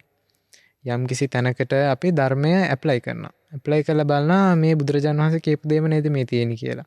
එතකොට පෞද්ගලිකව දැන් මනෝවිද්‍යා උපදේශනය වගේ දේවල් කරනකොට අපිට ගොඩාක් ප්‍රශ්න මුණ ගැහිලා තියෙනවා.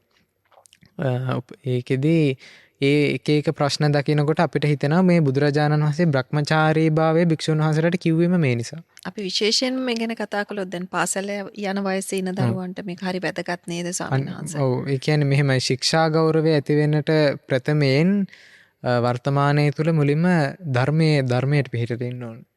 කෙනෙක් එකපාරටම සීලයට ඇතුළු වෙන්නේ නැහැ. බුදුරජාණන් වහන්සේගේ තියෙනවා ධර්මදේශනා විලාසයක්. ඒකෙදි බුදුරජාණන් වහන්සේ මුලින්ම කියන්නේ දාන කතා කියලා. දානීය පිළිබඳව කියනවා. ඊළඟට සීල කතා. දෙවෙනියට සීලය ගැන පෙන්වනවා. ඊළඟට කාමානං ආදීනව. ඊළඟට ස්වර්ග කතා. තුන්වෙනියට ස්වර්ගය පිළිබඳව සග්ග කතා. කාමානං ආදීනව. කාමයන්ගේ ආදීනවේ පෙන්වනවා. ඊළඟට ඒවා ප්‍රහීන කිරීමේදී ඇතිවෙන වාසි සහගත ස්වභාවයන් පෙන්වනවා. ওই විදිහට යම්කිසි ක්‍රමයක් තියෙනවා. අන්න ඔය ක්‍රමයට තමයි වර්තමානෙත් කරන්නට ඕන. එකපාරට ළමෙක්ට සීලය කියනක කාවත් දන්නට බෑ. මුලින්ම යම්කිසි ආධුනිකයෙක් වේ. දැන් ළමයි කියන්නේ ධර්මයට ආධුනිකයිනේ. එහෙමයි. එතකොට ඒගොල්ලන්ව මුලින්ම මේකට යොමු කරන්නට ඕන ශ්‍රද්ධාවෙන්. මුලින්ම ශ්‍රද්ධාව ඇති කරන්න ඕන. දැන් මේ අපේ ජෙනරේෂන් වශයෙන් ගත්තාම දැන් මේ ජෙනරේෂන්ස් දෙකක් අතරනේ මේ දැන් දෝලණය වෙන්නේ. ජෙන් Y එක සහ ජෙන් C එක. එතකොට මේ ජෙනරේෂන්ස් වශයෙන් ගත්තාම වර්තමානයේ කියන්නේ ජෙන් C එක තුල බහුතරයක් වශයෙන් අපි දකින දෙයක් තමයි බහුතරයක් හැමෝම නෙමෙයි බහුතරයක් ශ්‍රද්ධාවෙන් මෙහාට ඇවිල්ලා තියෙනවා. ශ්‍රද්ධාව කියන්නේ ශ්‍රද්ධාව බොහෝ පිරිහීමෙන් පවතිනවා. මොකද පුරුදු වෙලා තියෙනවානේ දැන් එක භික්ෂුවක්ගෙන් හෝ වේවා එක කාරණාවක් මුල් කරගෙන අනිත් සියල්ලම ඒ කෝණයෙන් බලනවා. අනිත් එක තමයි ප්‍රඥාවත් හිණවීමක් නේද ස්වාමීන් ඒක ප්‍රඥාව හිමවීමක් තමයි. මොකද ඒකට හේතුව දැන් මේ එන්නට මේ දැන් අපේ කෙලෙස් ස්වභාවයන් අපි දැන් බුද්ධෝත්පාදයෙන් ඉවත් වෙමින් පවතිනවානේ දැන් මේ. බුද්ධෝත්පාදය දැන් මේ ඉවර වෙගෙන යන්නේ අපිට. අපි හිතුවට තව 2000 ගාණක් තියෙනවනේ කියලා ඒක ලොකු කාලයක් නෙමෙයි. ඒ කියන්නේ දැන් අපිට මේ ආත්මේ අපි පිළිගන්නනේ අපි නැවත ඉපදෙනවා කියන එක බුදුරජාණන් වහන්සේගේ ධර්මයට අනුව සම්මාදිට්ඨික. එතකොට නැවත ඉපදෙනවා කියන තැනේදී අපේ ආයුෂය කොච්චරයිද කියන්නේ අපි තාමත් දන්නේ නැහැනේ. මරණානුස්සතියද කියනනේ මේක නිකන් හුළඟේ දැල්වපු පහනක් වගේ කියලා. එහෙමයි ස්වාමීන් වහන්සේ. එතකොට දැන් ඔය ජෙන් C එක වේවා මිලේනියන්ස්ලා වේවා අපි දන්නේ අපේ ආයුෂය කොච්චරයිද කියන්නේ. මේ ඊළඟ තප්පරේ මැරෙන්නට පුළුවන්. එතකොට අපිට කියන්නට බෑ අපි ඊළඟට කොතනින් ඉපදෙයිද කියලා. දැන් අපි හිතමුකෝ අපායකට වැටුණා කියලා නිරයකට. ඒ වගේ ආයුෂ බොහොම දීර්ඝයි කියලා බුදුරජාණන් වහන්සේ දේශනා කරනවා. දීර්ඝ වූ ආයුෂ තියෙන නිසා අපි එතකොට ඕකකට ගියොත් අපිට මේ 2500 කියන එක නිකන් එහිදි පැයයි දෙකයි වගේ දේශනාවට අනුව. එහෙමයි. ඉතින් අපිට එතකොට සම්පූර්ණයෙන්ම ගෞතම බුද්ධ ශාසනය අහිමි වී යනවා. බුද්ධ ශාසනය තුල වැඩක් කරගන්නට බැරි වෙනවා. මේක තුළ අපි පාරමීහතා සම්පූර්ණ කරගෙන හෝ ඒවා යම්කිසි කෙනෙක් අදිෂ්ඨානාත්මක මම මේකෙන්ම යම්කිසි මාර්ගඵලයකට පැමිණෙනවා කියලා හිටියොත් එයා තුළ අනිවාර්යෙන් ශ්‍රද්ධාව තියෙන්නට ඕන. සෝවාන් වෙන කෙනාගේ ප්‍රධානම ලක්ෂණයක් තමයි අචල ශ්‍රද්ධාව. එයා බුද්ධ ආදී යටතැන් කෙරෙහි සැක කරන්නට පටන් ගන්නෙ නැහැ. බුදුරජාණන් වහන්සේ කෙරෙහි ධර්ම රත්නය කෙරෙහි සංඝයා කෙරෙහි ඒ ආදී වශයෙන් 8 තැනක් කෙරෙහි එයා කුකුස් කරන්නේ නැහැ. විචිකිච්ඡා සහගත භාවයක් දක්වන්නේ නැහැ. විශ්වාස කරනවා. අචලයි ශ්‍රද්ධාවන්තයි. ඒ ශ්‍රද්ධාව පාදක කරගෙන එයා ඉතිරි දේවල්ලුත් එයාට ඒකෙන් උපකාර වෙනවා. මොකද ධර්මය කෙරෙහි අචල ශ්‍රද්ධාවක් තියෙනවා කියන්නේ ධර්මයේ විශ්වාස කරනවා කියන්නේ එයාට මාර්ගාධිගමයන් වලට යන්නට ඒක බොහිවින් උපකාරයි. එහෙමයි ස්වාමීන් වහන්සේ. මොකද ධර්මයේ තුල බුදුරජාණන් වහන්සේ කෙලෙස් කඩන විදිහනේ පෙන්වන්නේ. එන්නට මේ කෙලෙස් කොහොමද ටික ටික නැති කරගන්නේ? කොහොමද කෙලෙස් එන තැනදී අපි ධර්මයේ එතනට ඇප්ලයි කරගන්නේ? ඒකනේ මේ ධර්මයේ තුල පෙන්වන්නේ. එතකොට යම් කිසි කෙනෙක් මුලින්ම ශ්‍රද්ධාව නැති කරගන්නවා නම් එයාට ඉතුරු දොරවල් ඉබේම වැහිලා යනවා. ස්වාමීන් වහන්සේ දැන් මේක ලොකු ප්‍රොසෙස් එකක්. ඒ කියන්නේ දැන් සාංශාරිකව අපි වඩාගෙන ආව දෙයක් නේ. දැන් අම්මයි තාත්තයි වැරදුනොත් අපිට අම්මා තාත්තා හැටියට අපිට කල්යාණ මිත්‍රයෙක් නොවුනොත් දරුවෙක්ට ඒක විශාල බාධාවක් වෙනවා නේද මේ සංසාරේ. ඉතින් දැන් ඒ කියන්නේ විශේෂයෙන්ම දැන් බුදුරජාණන් වහන්සේ පිළිබඳව ධර්මයේ පිළිබඳව ශ්‍රද්ධාව ඇති කරලීමේ වගකීම අම්මට තාත්තට නේද ස්වාමීන් වහන්සේ තියෙන්නේ මෙතනදී. ප්‍රධාන වශයෙන් දෙමව්පියන්ට. ඕ බාරකාරයට. එහෙමයි. ඉතින් එතන ගැටලුවක් වුණොත් ස්වාමීන් වහන්සේ ඉතින් මොන දේ කරත් ඒ අය වෙනම කෝණයකින් මේ සමාජයේ සිද්ධ වෙන දේවල් විග්‍රහ කරන්න උත්සාහ කරන්නේ. ඒක ඉතින් ඒ වෙනකොට ඉතින් ඒක අකුසල විපාකයක්. අකුසල විපාකයක්. ඒ තරමට කුසලයේ ශක්තිමත් නොවීම නිසා මේ වගේ දෙයක් වෙන්නේ. ප්‍රතිරූපයක් නොලැබෙන්නේ අකුසලයක් නිසා. අකුසලයක් නිසා. ඒක ප්‍රතිසන්දියේ ප්‍රශ්නයක් නෙමෙයි. ඒ කියන්නේ ප්‍රතිසන්දි සිත තුළ තියෙනම දෙයක් කියලා අපිට ඍජුව කියන්නට බෑ. නමුත් යම් කිසි හෝදයකින් එයාට ධර්මයේ වෙහි යනවා. ඒ කියන්නේ සසර තුල තමන්ට ඒ කියන්නේ බුදු කෙනෙක් පහළ වෙනට කලින් ඔය බලන්නේ දෙමව්පියෝ කවුද? ඉපදෙන්නේ කොයි ප්‍රදේශයේද? ප්‍රතිරූපේ බලනවා. දෙමව්පියෝ කවුද බලනවා. ඉපදෙන කාලය බලනවා. ලොකුට පහක් බලනවානේ. ඒ කියන්නේ ඒක පාදමක්. ඒක ශක්තියක්. ඔබ වහන්සේට මොකෝ මේ වෙලාවේ ඒ වගේ අය වෙනුවෙන් දෙන්න තියෙන විශේෂ පණිවිඩය මොකක්ද? එයාට දැනෙන විදිහට මම හිතන්නේ ධර්මයේ මහා පෘතුල පුලුල් දැනුමක් ඇති අය නෙවෙයිනේ ස්වාමීන් වහන්සේ. ඒ අය අතර ඉන්න සුවිශේෂී වූ චරිත දරුවෝ. ඉතින් පොදුවේ මොකක්ද ස්වාමීන් වහන්සේ? පොදුවේ යම් කිසි එහෙම දැන් ඉතින් එහෙම සමාජ මට්ටම් ඕනතරම් තියෙනවානේ. එතකොට යම් කිසි කෙනෙක් මිත්‍යා දිට්ඨියක නිරන්තරයෙන් ඉන්නවා නම් අපි හිතමුකෝ දෙමව්පියෝ මිත්‍යා දෘෂ්ටිකයි කියලා. දරුවාටත් නිතරම එතකොට ආශ්‍රය නිශ්‍රේණයට දෙමව්පියෝ ලැබෙනවා නම් අර මිත්‍යා දිට්ඨිය තුළ තමයි යාගේ මනස වැඩ කරන්නේ. හැබැයි මෙහෙම කරගන්නට පුළුවන් යාට. යම් කිසි හේකින් ප්‍රඥාව සසරේ පුරුදු කරපු කෙනෙක් නම් මේ ධර්මයේ තුල හිටපු කෙනෙක් නම් එයාට යම් කිසි අවස්ථාවක් තියෙනවා නැවත ගැලවෙන්න. ඒක හැබැයි යා නුවණින් කරගන්නට ඕන. ඇතැම් වෙලාවට අපිට දෙමව්පියෝ රිජෙක්ට් කරලා ධර්මයට එන්න බෑනේ. මොකද බුදුරජාණන් වහන්සේ එහෙම එකක් කියන්නේ නැහැ. සමහරවිට දැන් අම්මා තාත්තා හොඳ වුණත් ඒ පසුබිම තිබිලත් එහෙම හොඳක් නොවන ඒක ඉතින් ප්‍රඥාව ඒක සම්පූර්ණයෙන් ප්‍රඥාවේ මදකම. ප්‍රඥාවේ මදකම සහ එයාගේ කෙලෙස් වල තියෙන බලවත්භාවය. ස්වාමීන් වහන්සේ දැන් ඒ කියන්නේ දැන් මේ වර්තමාන සමාජයේ ඉන්න තරුණ තරුණියන්ගේ තියෙන මේ ප්‍රධානතම ගැටලුව මොකක්ද ස්වාමීන් වහන්සේ?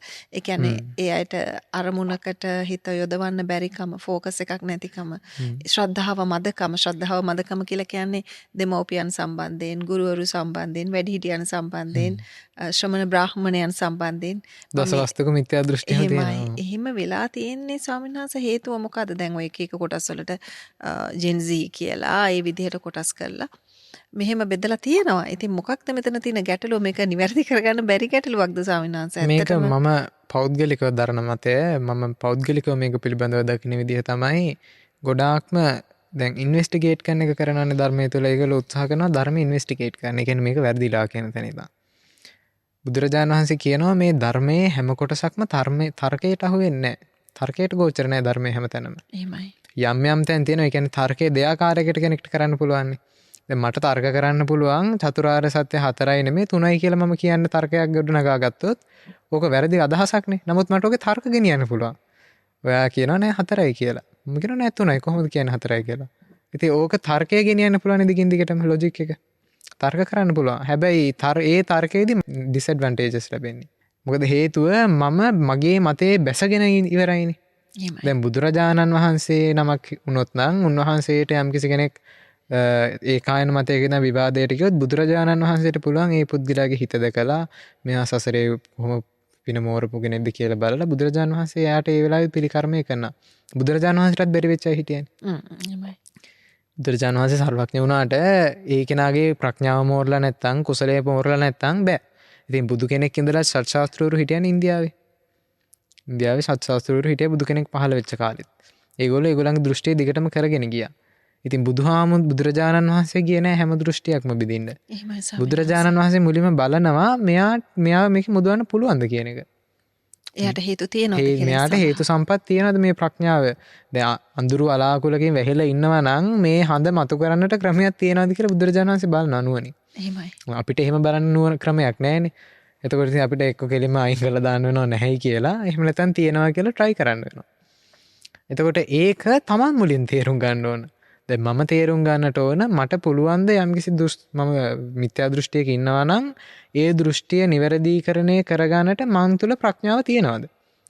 නැත්නම් මම මගේ මෝඩකමක් වේවා මගේ අඥානකමට මම දිගින් දිගටම තර්ක කරනවා නෑ කියලා එවිඩන්ස් හොයනවා නම් වර්තමානයේ ගොඩාක් එවිඩන්ස් හොයනවා. එවිඩන්ස් හොයන්න. ඒවා කිසිම අර්ථ විරහිත එවිඩන්ස්. ඒක තමයි මම කියන්නේ අර තර්කේ වුණත් මේ කිසිම තේරුමක් නැති ගෝචර නැති තර්ක ඇතැම් මේවා.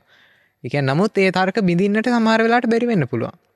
ධර්මයක් ඉගෙන ගත්ත කෙනෙක්ට උනත් යම් තර්කයක් බිඳින්න බැරි වෙන්න පුළුවන්. අපි බුදුරජාණන් වහන්සේ වගේ නෙමෙයිනේ.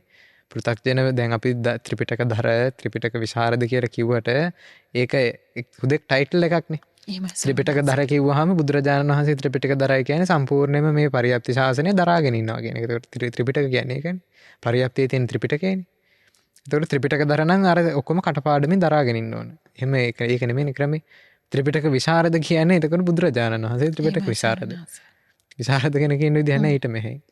එතකොට අපි හැමෝම මේ ධර්මය ඉගෙන ගන්න අය ඔවුනොවුන්ට ආවේනික කොටස් කෙරෙහි විශේෂ දක්ෂතාවයක් පවත්වනවා ධර්මය හදාරන අය. එතකොට ඒ ආවේනික කොටස් වලින් අපිට යම් වෙලාවට තර්ක බෙදින්නට පුළුවන්. හැබැයි යම් කිසි කෙනෙක් දැන් විද්‍යාවත් එක්ක ධර්මයක් සම්බන්ධ කරලා විද්‍යාවේ මේ කොප්පු වෙලා තියෙනවා දැන් කියනවා දැන් කොහොමද බුදුරජාණන් වහන්සේ එක් රෝම කූපයකින් ගිනි ජාලාවකුත් තවත් රෝම කූපයකින් ජල ධාරාවකුත් පිට කරන්නේ. කොහොම මේක විද්‍යාවට සම්බන්ධ කරන්නේ? ඉතින් අපිට කියන්න ක්‍රමයක් නැහැ ඒක පිළිබඳව. විද්‍යාවට ඒක සම්බන්ධ කරලා අපිට උකහා දක්වන්න බෑ. ඉතින් මිනිස්සෙගේ ශරීරයෙන් ගින්නක් පිට වෙනවා කියන එක විද්‍යාවට ගෝචර වෙන්නේ නැහැනේ. අන්න ඕකට උත්තරේ බුදුරජාණන් වහන්සේ දීලා තියෙනවා. කාරණා තියෙනවා අපි නොසිතිය යුතු. හිතන්නට එපා කිව්වේ අචින්තිය දේව. එතකොට එකක් තමයි ලෝක විෂය. මේ ලෝකය කොහොමද ඒවා කියලා අපිට මේ ලෝකය පිළිබඳ දිගින් දිගටම හිතන්නට බෑ. ඊට පස්සේ අනිත් එක තමයි බුද්ධ විෂය.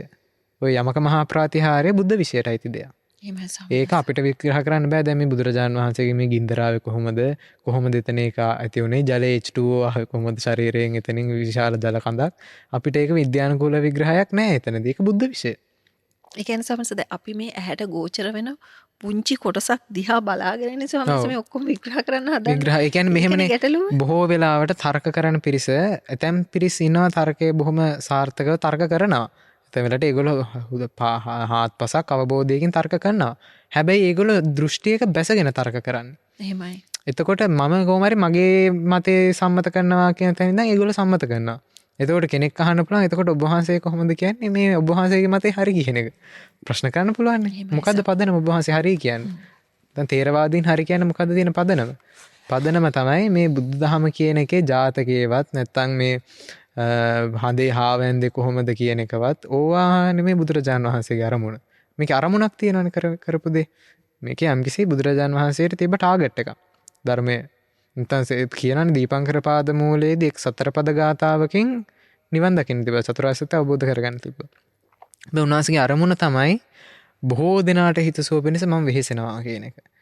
අර අත උඩ තිබ්බ නිවන ඒ වෙලාවේ අයින් කරලා නැවතත් හැරිලා බැස්සා සම්පූර්ණයෙන්ම කටු කැලෑවකට වගේ. බැහැලා මහා කල්ප ගානක් උන්වහන්සේ ඇස්සිස් මස්ලේ දන් දෙමින් පාරමී උපපාරමී පරමත්ත පාරමී වශයෙන් පුරමින් ටාගට් එකක් කරානේ.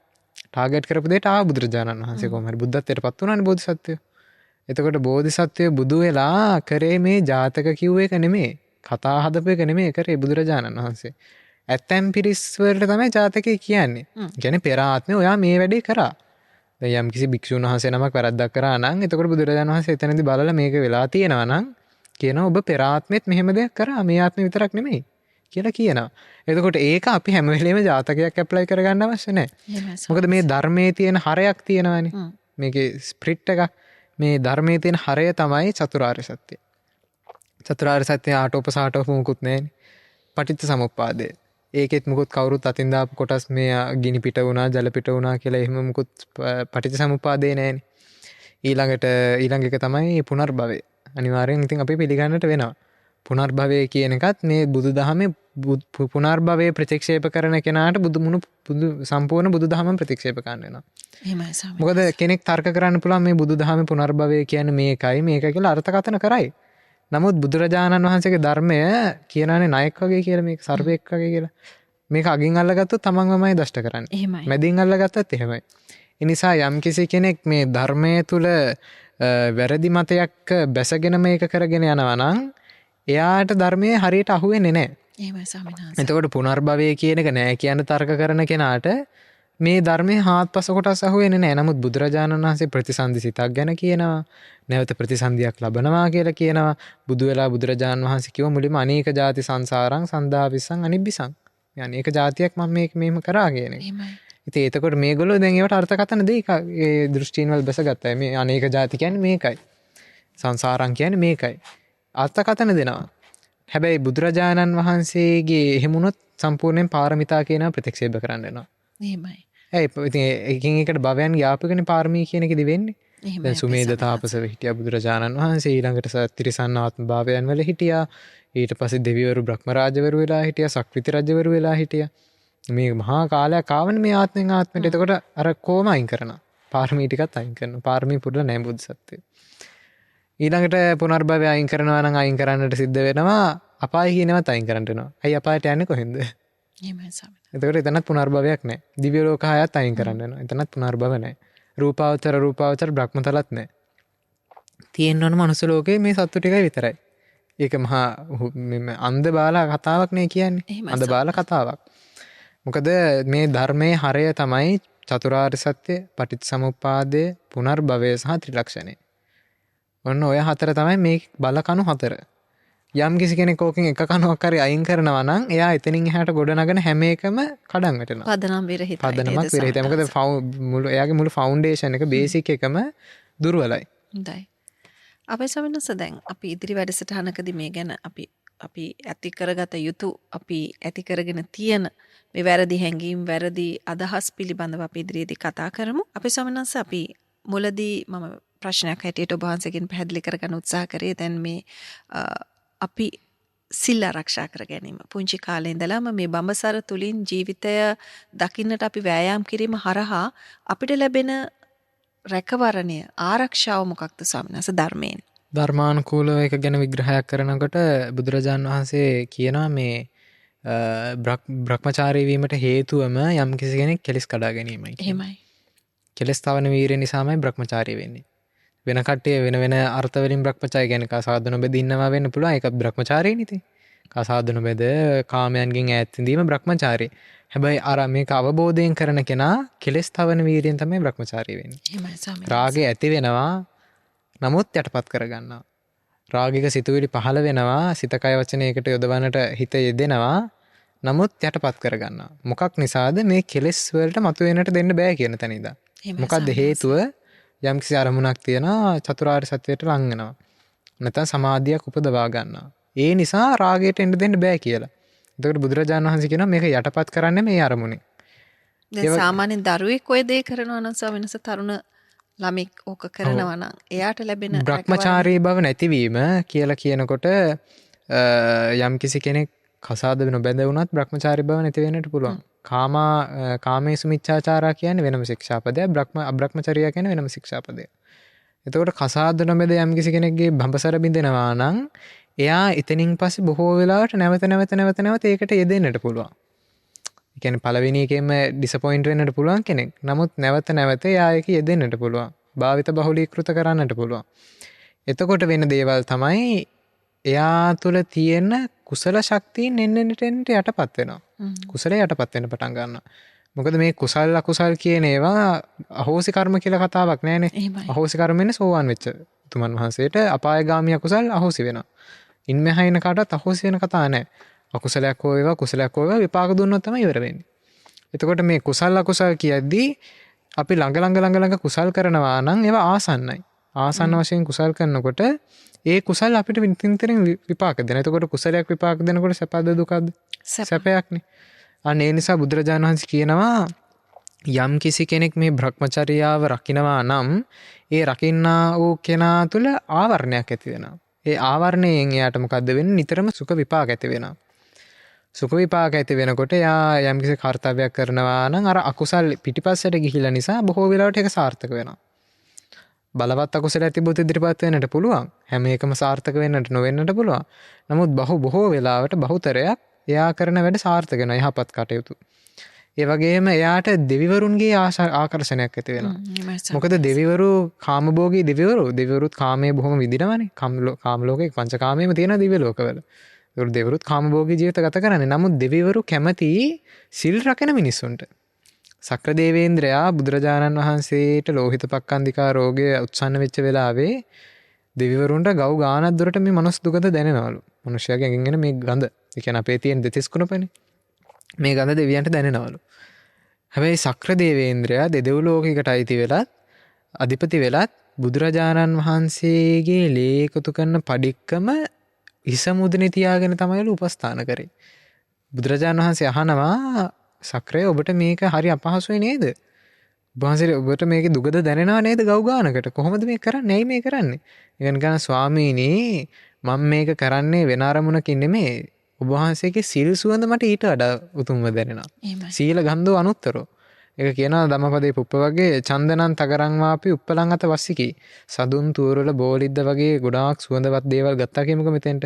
ඒ ආදී සඳුන් තූරලාදී දේවල් ගත්තත් මේවා පටිවාතයට විතරයි යන්නේ. ඒ කියන්නේ යම්කිසි අපේ වාතලයෙන් එක්තරා කොටසකට විතරයි මේකේ සුවඳ දැනෙන්නේ. හැබැයි මේ සීල් රකින්නා වූ කෙනාගේ සුවඳ එක තැනක නතර වෙලා තියෙන්නේ. ඒක දසත විහිදෙනවා. දෙවිවරුන්ට බ්‍රහ්මයන්ට අමනුෂ්‍යයන්ට මේ සියල්ලෝටම මේ සීලේ විපාකය දැනෙනවා. දැන් දෙවිවරුන්ට ඒක සුවඳක් කියලා දෙවිවරු කියන්නේ. සීල් රකින්න කෙනාගෙන් සුවඳක් ඒගොල්ලන්ට. සමහරට ඒකෙන් කියන්නේ නැතුව ඇති මේ ෆ්‍රේග්‍රන්ස් එකක් කියන එක. එහෙමයි. මේ සුවඳක් කියලා කියන්නේ ප්‍රසන්න භාවයක් ඇති වෙනවා. අපි සුවඳට කැමතිනේ. ගන්ධට වඩා සුවඳට කැමති ඕනම කෙනෙක්. එතකොට සුවඳට කැමති කෙනා දෙවිවරු කැමති සීල් රකින්න කෙනාට. සීල් රකින්නවා කියන්නේ සම්මාදිට්ඨික දෙවිවරු යට ලං වෙනවා. එහෙමයි ස්වාමීනි. විශේෂයෙන් සම්මාදිට්ඨික දෙවිවරු. මිච්ඡාදිට්ඨික දෙවිවරුත් නෙමෙයි. මිච්ඡාදිට්ඨික දෙවිවරු ඈත් වෙනවා. ඔබ වහන්සේට අත්දැකීම් තියෙනවද එහෙම? ඒ කියන්නේ දෙවිවරු ලං වෙනවා ඈත් වෙනවා කියන එක. ඒක දැනෙනවද ස්වාමීන් වහන්සේ? මෙහෙමයි. ඒ කියන්නේ සිල් රකින්නකොට තමන් තුළ තියෙන නෙගටිව් සයිඩ් එකක් තියෙනවනේ යම්කිසි. එන්නට ඒක යටපත් වෙනවා. මුල් කාලය තුල කෙලස් තව තවත් වැඩි වෙන්නට පටන් ගන්නවා. මුල් කාලේ ඇතැම් අයට කෙලස් තව තවත් පීඩාත්මක වෙනවා. නිකන් අර ප්‍රෙෂර් කුකර් එකක් වගේ. ප්‍රෙෂර් කුකර් එකේ ඇතුලේ පීඩනය රැඳිලා එකපාරට ෆූස් ගාලා යනවනේ. ඒ වගේ ඇතැම් අයට කෙලස් තවන්නට කෙලස් වීරය කරලා යටපත් කරන එක අන්බෙයාරබල් වෙන්න පුළුවන්. හැබැයි තවත් කෙනෙක්ට පහසුවෙන් කරන්න පුළුවන් වෙනවා. මොකද පෙර ඒක භාවිත බහුලීකృత කරලා තියෙනවා නම් එයාට ඒක පෙර කරපු භවයේ හුරුව තියෙනවා නම් එයාට ලේසියෙන්ම කෙලස් තවන්නට පටන් ගන්න පුළුවන්. එතකොට වෙන්නේ මොකද්ද? නිරන්තරයෙන් අකුසලයේ රැඳිනු කෙනෙක් කෙලස් යටපත් කරන විශේෂ අපි හිතමු බ්‍රහ්මචාරී බව කියලා. ප්‍රාණඝාතය කියලා. මේ වගේ දේවල් යටපත් කරන්න පටන් ගන්නකොට එයාට තේරෙනවා එයා ඉම්ප්‍රූව් වෙනවා කියන එක. මානසික චිත්ත ශක්තියක් ඇති වෙනවා එයා තුළ. සමාධිය ඇති වෙනවා කියනකොටම එයා තුළ මතක ශක්තිය වගේ දේවල්. දැන් මතකය කියන එක ගොඩක් වෙලාවට අඩු දෙයක් නේ. එහෙමයි. මතකේ වැඩි වෙනට පටන් මොකද හේතුව බාහිර අරමුණු එයා තුළ ගැටීමටපත් වෙනවා අඩු වෙනකොට. එයා සීලයකින් යම්කිසි විදිහකට සීලය කියලා කියන්නේම තමම කූල් කරන දෙයක්. කෙලස් වලින් පීඩාවටපත් වෙලා හාත්පසින් ගින්නකින් රත් වෙලා ඉන්න කෙනෙක්ට සීල් රකින්න පටන් ගත්තා කියන්නේ එයාට මුලින් හිතෙන්න පුළුවන් මේක මේ මාව හිර වෙනවා වගේ දෙයක් නෙමෙයි කියලා. නිකන් මම මේ කොටු වුණානේ කියලා සීලයක් කියලා. නෑ නමුත් මේ කොටු වුණා නෙමෙයි සීලය කියන්නේ සීලනාර්ථය. ඒ කියන්නේ තමම සිසිල් කරනවා. හරියට දවල් කාලේ ඉරෙන් පීඩාවටපත් වෙච්ච කෙනෙක්ට හඳ එළියෙන් සිසිලක් ලබා දෙනවනේ. අන්න ඒ වගේ කෙලෙස් වලින් පීඩාවටපත් වෙච්ච කෙනෙක්ට මේ සීලය තුල හික්මනවා කියන්නේ එයාගේ තියෙන කෙලෙස් 1000 නිවනට උත්සාහයක් වෙනවා. එතකොට යම් කිසි කෙනෙක් එහෙම සීලය කියන එක තුල හික්මෙන්නට පටන් ගත්තාම එයාගේ සිත තුල නොතිබුණා වූ දේවල් නැත්නම් යටපත් වුණා වූ දේවල් නැත්නම් ඉස්මතු වෙන්න පටන් ගන්නවා. මොකද අර පීඩාවටපත් වෙලා ඉන්නකොට කෙනෙක්ට යහපත් දේවල් හිතෙන්නේ නැහනේ. එහෙමයි ස්වාමීනි. ප්‍රශ්නයක් තුල ඉන්න කෙනාට බොහෝ වෙලාවට යහපත් දෙයක් මතක් වෙනවා අඩුයි. කාලයකට සැරයක් කෙනෙක්ට වෙන්නේ ඒක. එතකොට එයා තවත් අඳුරෙන් අඳුරට යන එක නෙවෙන්නේ එතනදී. හැබැයි මේ සීලය කියන එක තියෙනකොට එයාව ටික ටික අඳුරෙන් එළියට ගේන්න පටන් ගන්නවා. එතකොට එයාට එන්නෙන් තියෙන ධර්මයේ පිළිබඳව තියෙන ඡන්දය ඇති වෙනවා. ඊළඟට වීරිය ඇති වෙනවා මේ සීල් තව කොහොම හරි. හැබැයි මේකට කැමැත්ත එන්නට ඕන. එහෙමයි. කැමැත්තෙන් කරන්න ඕන. මේක කවුරුත් ෆෝස් කරලා සීල් රැකගෙන එක තේරුමක් නැහැ. මොකද ඒක එතකොට එයාගේ උමනාව නෙමෙයිනේ. යම්කිසි කාල සීමාවක් ඇතුලේ සීලයක් ආරක්ෂා කරන කෙනෙක් ස්වාමීන් වහන්සේ ඊට පස්සේ ඒකට ඇබ්බැහි වෙනවනේ. ඇබ්බැහි වෙනවා කියන්නේ එයා තුළ ඒක කැමැත්ත ටික ටික ඇති වෙන්නට ඕන. ඒ සුවය හරි සුවඳයි. එයාට ඒක දැනෙන්න පටන් ගන්න ඕන. මේකේ යම්කිසි දිට්ඨ ධම්ම වේදිනී වශයෙන් සැපයක් තියෙනවා මට කියලා. ඒ කියන්නේ මගේ එතකොට එයා හැරිලා බලන්න ඕන Taman දිහා මම මේක කරන්නට කලින් කොහොමද හිටියේ? ඒ වෙනකොට මගේ මනස තුළ තිබ්බේ විවේකී බවක්ද අවිවේකී බවක්ද පීඩිත බවක්ද සැනසිරිදායක බවක්ද කියලා එයා බලනකොට ඒ කරනාට මේක තේරෙන්න ගන්න ඕනේ එයා සීලය හරියට රැක්කා නම් හරිම විවේකයක් තියෙන කියන එක. එහෙමයි. එතකොට ඒක දැනෙනවා. ඒක ඔබ වහන්සේටත් දැනුණාද? ඔව් ඒක සාමාන්‍යයෙන් සීලයක් බිඳුනට පස්සේ අපි යතින් ඒක බොහොම අපිට දැනෙනවා. ඒ කියන්නේ දැන් සමහරලාට සීල් බිඳින වෙලාවල් තියෙනවා. ඒ කියන්නේ සාමාන්‍ය ශික්ෂාපදයක් අපි හිතමු මුසාවාදය කියලා. කෙනෙක්ට විහිළුවට උනත් මුසාවාදයක් කිව්වහම ශික්ෂාව බිඳී යනවා. එතකොට ඒක අපිට යම්කිසි මට්ටමකින් දැනෙනවා අයියෝ මේක උනා නේද කියලා යම්කිසි සුළු පසුතැවීමක් එනවා. එතකොට වහාම අපි නැවත ඒ සීලය අලුත් කරගන්නවා. හොඳයි.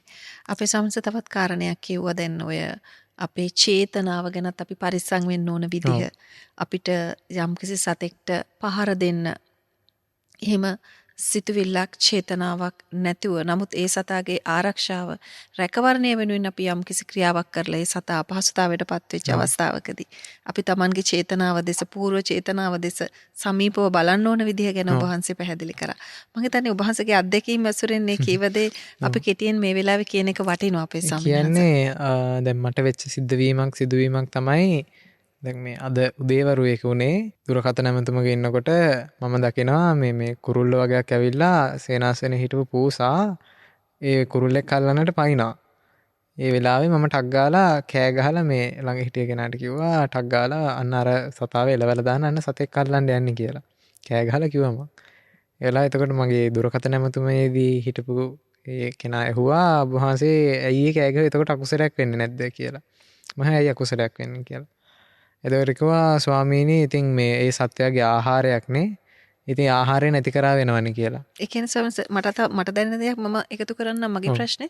ඒක දැන් කර්මයක් නේ. ඔව්. දැන් යම්කිසි පක්ෂියෙක් යම්කිසි සතෙකුට බිලි වෙනවා නම් ඒකේ දෙන්නගේ කර්ම ගන්න දෙනවා. ඇයි ඒ කර්ම ගන්න දෙනවට මම සම්බන්ධ වෙන්නේ කියලා. මෙහෙමයි දැන් අපි මෙහෙම හිතමුකෝ. ඔන්න යම්කිසි කෙනෙක් මට වහ දෙන්නට යනවා. එතකොට මට වහ දෙන්නට යනකොට මම කැමති ජීවත් වෙන්නද මැරෙන්නද? මගේ පෞද්ගලික අදහස වෙන්නේ ජීවත් වෙන්න. එතකොට මම කැමති නැද්ද මේක දැනුවත් කෙනෙක් ඇවිල්ලා මට කියනකට මේකේ වහ තියෙනවා මේක බිව්වොත් මැරෙනවා කියන එක. මමත් කැමතියි ජීවත් වෙන්න. එතකොට මම කැමතියි මගේ ජීවිතේ කවුරු හරි ආරක්ෂා කරනවා නම්. එතකොට ආර්යගේ ඵල ගැනීමේ චේතනාව මුදුන්පත් වෙන එකෙන්ද යහපතක් වෙන්නේ එහෙම නැත්නම් මගේ ජීවිතය ආරක්ෂා වෙන්නේ. අන්න එතකොට ඒකේ වඩාත් ප්‍රයෝජනවත් කුසලයට නැඹුරු දේ ගැන තමයි අපි බලන්නේ. සමහරවිට දැන් අර සතාට ආහාරය අහිමි වීම වැරද්ද දවසක් මාත් එක්ක යම්කිසි කාරණයක් පැහැදිලි කරගත්තා. ගෞරවනීය ස්වාමීන් වහන්සේ කෙනෙක්. ඉතින් එතනදී මට කිව්ව දෙයක් තමයි එතකොට අහිමි කලේ අර සතාගේ ආහාරය නෙමේද ඔය මැදිහත් වෙලා කියලා. ඔව් ඒක බාහිරින් බලනකොට හිතෙන්න පුළුවන් අර සතාට කන්න තිබ්බක නෙමෙයි නැති කරේ කියලා. දැන් පෞද්ගලිකව ඩිස්කවරි ඇනිමල් ප්ලැනට්ස් වගේ ඒවා තියෙනවානේ මේ සත්තු අල්ලන ඒවා සත්තු දඩයන් කරගෙන කන ඒවා ඒගොල්ලෝ රූප කැමරාවට අසු කරගන්නවානේ. එතකොට මට හිතලා තියෙන දෙයක් තමයි ඇයි මේකල්ලෝ මේක අයින් කරන්නේ නැති කියන එක මම අහලා තියෙනවා. ඇයි මේ මිනිස්සුන්ට පුරාණ බේරන්න සතාව. නමුත් ඒගොල්ලන්ගේ එතනදී ඉන්ටෙන්ෂන් එකක් නැහැනේ සත්තු බේරනවා කියන එකට. එහෙමයි. අපි මේ ඉන්ටෙන්ෂන් එක හරියට බලපානවා කර්මයකට. මොකද්ද අපි මේකට මේ කරන්න හදන දේ කියලා. දැන් ඒ සතෙක්ව එලවන එක ක්‍රම දෙකකින් කරන්න පුළුවන්. දැන් මම පූසා කෙරෙහි තරහකින් හිටියා නම් මේ සතාට කණ්ඩ දෙන්නවත් නැහැ මම නැවත මේ ඕන විදිහට මේවා මෙහෙම කරන්න දෙන්නේ නැහැ කියලා ද්වේෂ සහගතව මම මේක කරා නම් එතනදී මට අකුසලයක් වෙනවා. නමුත් ඒ කායන මගේ ඔලුවට ටක් ගාලා ආවේ අන්න අර සතා වුණොත් දැන් මැරෙනවා. ඒ මැරෙන එකෙන් මේ පූසටත් අහිතක්මයි වෙන්නේ මේ පක්ෂයාගේ ජීවිතය අහිමිවීමක්මයි වෙන්නේ. ඉතින් එතනදී මට මැදිහත් වෙන්නට පුළුවන් කමක් තියෙනවා නම් මගේ අරමුණ වෙන්නේ අබේදානෙ. එහෙමයි සමහර. බැරෙන්න යන සතා බේරණ එක. අපි දැන් එහෙම හිතන්න ගත්තොත් දැන් මේ ලෝකේ සියලු දේම අපි කර්මයටම බාර දීලා අපිට පුළුවන් කමක් තේදීත් මේ වුණොත් අපිට කුසලයක් කරගන්නත් බැන්නේ. දැන් ඔන්න දාන්නේ නැති තැනක් තියෙනවා. අපි හිතනවා මේ මනුස්සයට කණ්ඩ නැති කර්ම විපාකයක්. අපි කණ්ඩ දෙන්න ඕනේ. මොකද ඒ කර්මයට මම මැදිහත් වෙන්නේ කියලා මං හිතුවොත් එතකොට මට දාණය පිරෙන්නේ නැහැනේ. මට පාරමිතා සම්පූර්ණ වෙන්නේ නැහැනේ. මගේ කුසල් වැඩෙන්නේ නැහැනේ. එතකොට මම හිතනවා යම් කිසි කෙනෙක්ට දිගින් දිගටම කෙනෙක් ගහනවා මමත් ඒක එන්ජොයි කරනවා. එහෙමයි. දැන් ඒක එන්ජොයි කරාම අකුසල් වෙනවා නම් ඒක වැළක්වුවාම කුසලුත් වෙන්න එපා. එහෙමයි. ස්වාමීන් වහන්සේ දැන් ඔය ගැන කිව්වහම මතක් වුණේ දැන් ඔය දරුවෝ හරියට කම්පියුටර් ගේම්ස් කරනවා. ඒ වලදී මේ ප්‍රතිවාදියා මරණවනේ. අනිවාර්යෙන් එතනදී පටිගයට තියෙන යම්කිසි අකුසලයක් තියෙනවා. එතනදී මුළු ඇඟේම හෝමෝන්ස් පවා ඔක්කොම වෙනස් වෙනවා. ඔව් දැන් මොකද සතුට වෙනකොට ඩොපමින් යනවනේ. මානසිකව ඩොපමින් පිට වෙනවා. එතකොට දැන් ඔය වර්තමානයේ තියෙන විද්‍යුත් උපකරණات එක්ක යම්කිසි කෙනෙක්ට බොහොම සතුටටපත් වෙනවා ඒගොල්ලෝ ෆොලෝවර්ස්ලා වැඩි වුණාම, වීව්ස් වැඩි වුණාම, ඒ වගේ එක එක මට්ටම් වලින් සතුට වෙනවා. ඒකල ඒවට ඇඩික්ට් වෙනවා. ඒ වගේම දැන් ගේම් ගහන්නට ඇබ්බැහි වෙච්ච කෙනෙක් නම් එයා ඒ ගේම් එක තුලින් රෑන්ක්ස් වලට ඉහළට යන්න එයා ඒක එන්ජොයි කරනවා. එයා හිතනවා මේක තමයි මම ගත්ත ලොකුම අචීව්මන්ට් එක කියලා. එතකොට ඒකෙදී දැන් ඔය යුද්ධ සහගත දේවල් වෙඩි තියාගන්න ඒවා, හපන කොටන ඒවා, ඔය වගේ ඒ වගේදී සිත තුළ ඇති වෙන්නේම ද්වේෂයනේ. කුමාරි මරන්න ඕන 10 දෙනෙක් මරා ගන්නවා. කුමාරි මේ මිනිස්සයා මෙහෙම මරනවා. ඒ සිත තුළ ඇති වෙන්නේ කුසල් සිත් නෙමෙයි එතකොට. අකුසල්. එතකොට ඒ වගේ වෙලාවක යම්කිසි කෙනෙක් මැරුණොත් ඒ ද්වේෂයෙන් ඉන්නකොට එයාව අපායගාමී වුණත් වෙන්නට බැරි කමක් නැහැ.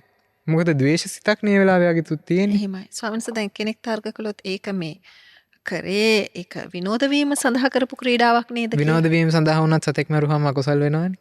දැන් බුදුරජාණන් වහන්සේට හිස රදයක් හැදුනා බුදු වෙලත් ඒකේ විපාකයේ බලනකොට පෙර ආත්මක බුදුරජාණන් වහන්සේත් ළමෙක් වෙලා ඉන්නකොට මාළු අල්ලලා හිටපු එකක් දැකලා මාළු දඟලනවා දැකලා විනෝදුණා.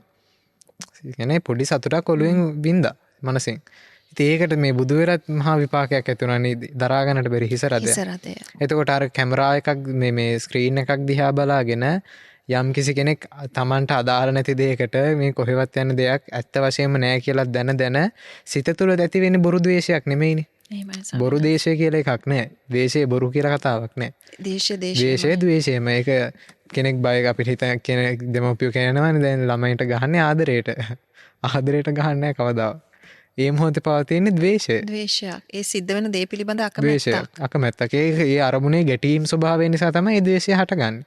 එතකොට මේ ආදරයට ගහනවා කියලා එකක්වත් එහෙම නැත්නම් දැන් මෙහෙම අපි සමහරලාට දැන් විනෝදයට කෙනෙක්ට ගහගෙන යනවා කියමුකෝ එතනදී ද්වේෂය නැති වෙන්න පුළුවන්. අපි සම්පූර්ණයෙන්ම මේ ලෝභ සහගතව නැත්නම් යාළු මිත්‍රකමකට අපි පිටකට ගහගෙන යනවා. ඒක අපි යාට වේදනාවක් දෙන අරමුණකින් කරන්න දෙයක් නෙමෙයි. එතකොට ද්වේෂය නෑ. හැබැයි අපි යාළුකම වුණත් මෙයාට මේක ටිකක් රිදෙයි කියලා හිතාගෙන කොත් එතන සියුම් ද්වේෂය තියෙනවා. සියුම් ද්වේෂය තියෙනවා.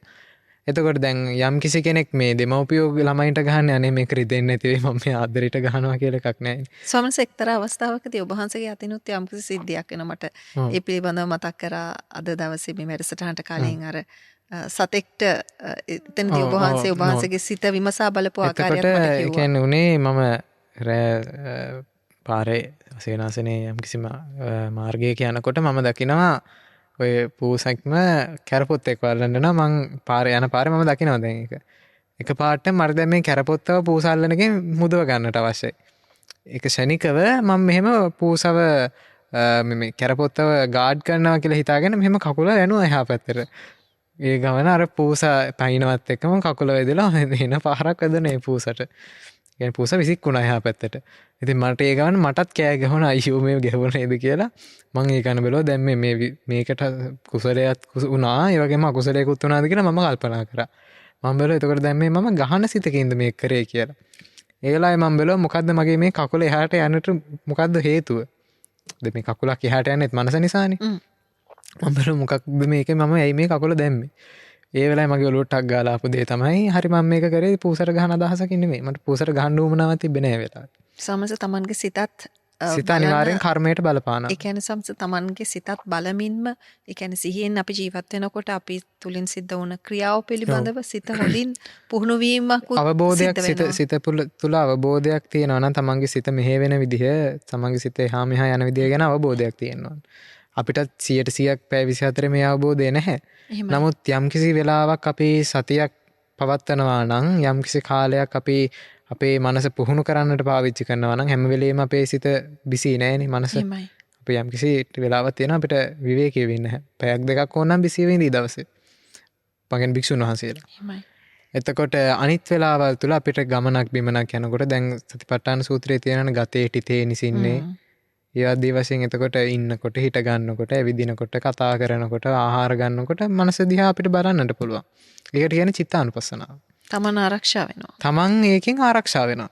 දැන් අපි හිතමුකෝ යම් කිසි කෙනෙක්ට ගහන්නට එන සිතකින් අපි ද්වේෂයෙන් නතර වෙනවා ටක් ගාලා. ගහන්නට නෑ දැන් කය මෙහෙවන්නට කලින් සිතෙන් නතර කරගන්නට පුළුවන් අකුසලය එතනදී. චිත්තානුපස්සනාව. සිතෙන්ම නවත්ත ගන්න පුළුවන් අවබෝධයෙන් හිටියොත් ඒ වෙලාවේ. මේ ඇති උනේ දැන් දරුණු ක්ලේශයක් නේද මේ ඇති උනේ මේ ද්වේෂය නේද මේ ඇති උනේ මේකෙන් දැන් මම ගැහුවොත් මට තවත් අකුසලයක්. ඒ කියලා අර සිත පිළිබඳව අපි යම්කිසි ඒකට මොකද්ද ඔබ්සර්ව් කරගෙන හිටියොත් අපි ඒක පිළිබඳ යම්කිසි නිරීක්ෂණයක් කරගෙන අපි හිටියොත් ඒ මොහොත වෙනකොට ඒ ඔබ්සර්වේෂන් එක නිසා අපිට පුළුවන් මොකක් හරි වැරද්දක් වෙන්න යනවා නම් ඒකට ටක් ගාලා හිත මෙදිහත් කරව ගන්න. හොඳයි. මේක අකුසලයක් කියලා. හොඳයි. අපේ ස්වාමීන් වහන්සේ අපි වැඩසටහනේ අවසානයේටයි පැමිණෙන්නේ. අපි යමක් අපේ ශ්‍රාවකින්ට ඔබ වහන්සේ ගැන කිව යුතුයි. පන්සිල් මළුවේදී බොහෝ වෙලාවට ශික්ෂාකාමී ධර්මදර විනයදර ගෞරවනීය මහා සංඝරත්නයයි වැඩම කරන්නේ. ඉතින් අපේ ස්වාමීන් වහන්සේ බාහිරින් දකින කෙනෙකුට පේනවා. නමුත් මේ දක්වා ඔබ වහන්සේ කරපු පැහැදිලි කිරීම වලින් කෙනෙකුට දැනෙන්නට පුළුවන් ඔබ වහන්සේ කවුද කියන කාරණේ. අපේ ස්වාමීන් වහන්සේ මේ වන විට වයස 18ක 18 වැනි වයසක පසුවන්නේ අපේ ස්වාමීන් වහන්සේ. ස්වාමීන් වහන්සේ ධර්මය කියන තැනට ඔබ වහන්සේ කොහොමද පැමිණෙන්නේ?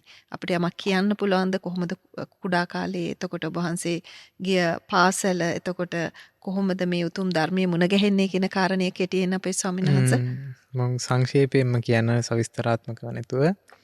එතකොට මම පැවිදි වෙන්නේ 11 මගේ මතකෙ හිටියට 11 12 වගේ වයසේදී. වයස. එතකොට මම මූලික අධ්‍යාපනය සඳහා කියන්නේ පාසල් යන්නේ ගොතටුවේ ඒෂියන් ග්‍රැමර් පාසලට, ජාත්‍යන්තර පාසලට. ඊට පස්සේ පැවිද්දට යොමු වෙන්නට කිසි කෙනෙක්ගේ ෆෝස් එකක් තිබ්බේ නැහැ. තාත්තා මොනවද කළේ ඔබ වහන්සේගේ? තාත්තා එක්සිකියුටිව් චෙෆ් විදියට හිටියා ශැන්ග්‍රීලා එකේ ලංකාවේ ඉන්නකොට. දැන් විදේශගත වෙන්නේ. අම්මා හවුස් වයිෆ් ගෘහණියක්. එතකොට ඒ කාරණාත් එක්ක මගේම සුව කැමැත්තක් මත තමයි පැවිදි වෙන්නට අදහස මට ආවේ. මුණයම් හෝ සංඥාවක් ඇති වුණා කියලා ඔබ වහන්සේට මතක නැද්ද? නෑ. ඒ කියන්නේ මෙහෙම කොරෝනා ටයිම් පීරියඩ් එක ආවනේ. එතකොට ඒකත් එක්ක අර මං හිතන්නේ සිත එක් තැනකට වෙන්න පටන් ගත්තා. ඒ කියන්නේ බාහිර අරමුණු ගොඩාක් නැහැ නේ වෙනකොට. එහෙමයි. එතකොට ගේ ඇතුළෙම වගේ තමයි. එතකොට ඒකත් එක්ක තමයි මට ගොඩක් ඒ අදහස් ආවේ. මං කුඩා කාලෙත් කියලා කියනවා මටත් ලොකු මතකයක් නැහැ පිළිවෙල. මං කුඩා කාලෙත් කියලා තියෙනවලු පැවිදි වෙන්න ඕනේ කියලා. ඒ කියන්නේ වයස 4 මං හිතන්නේ 7-8 වගේ වෙද්දි 6-7-8 වගේ. විශේෂ හැඟීමක් තිබුණාද ඔබ වහන්සේට බුදුහාමුදුරුවෝ ගැන, මහා සංඝරත්නය ගැන?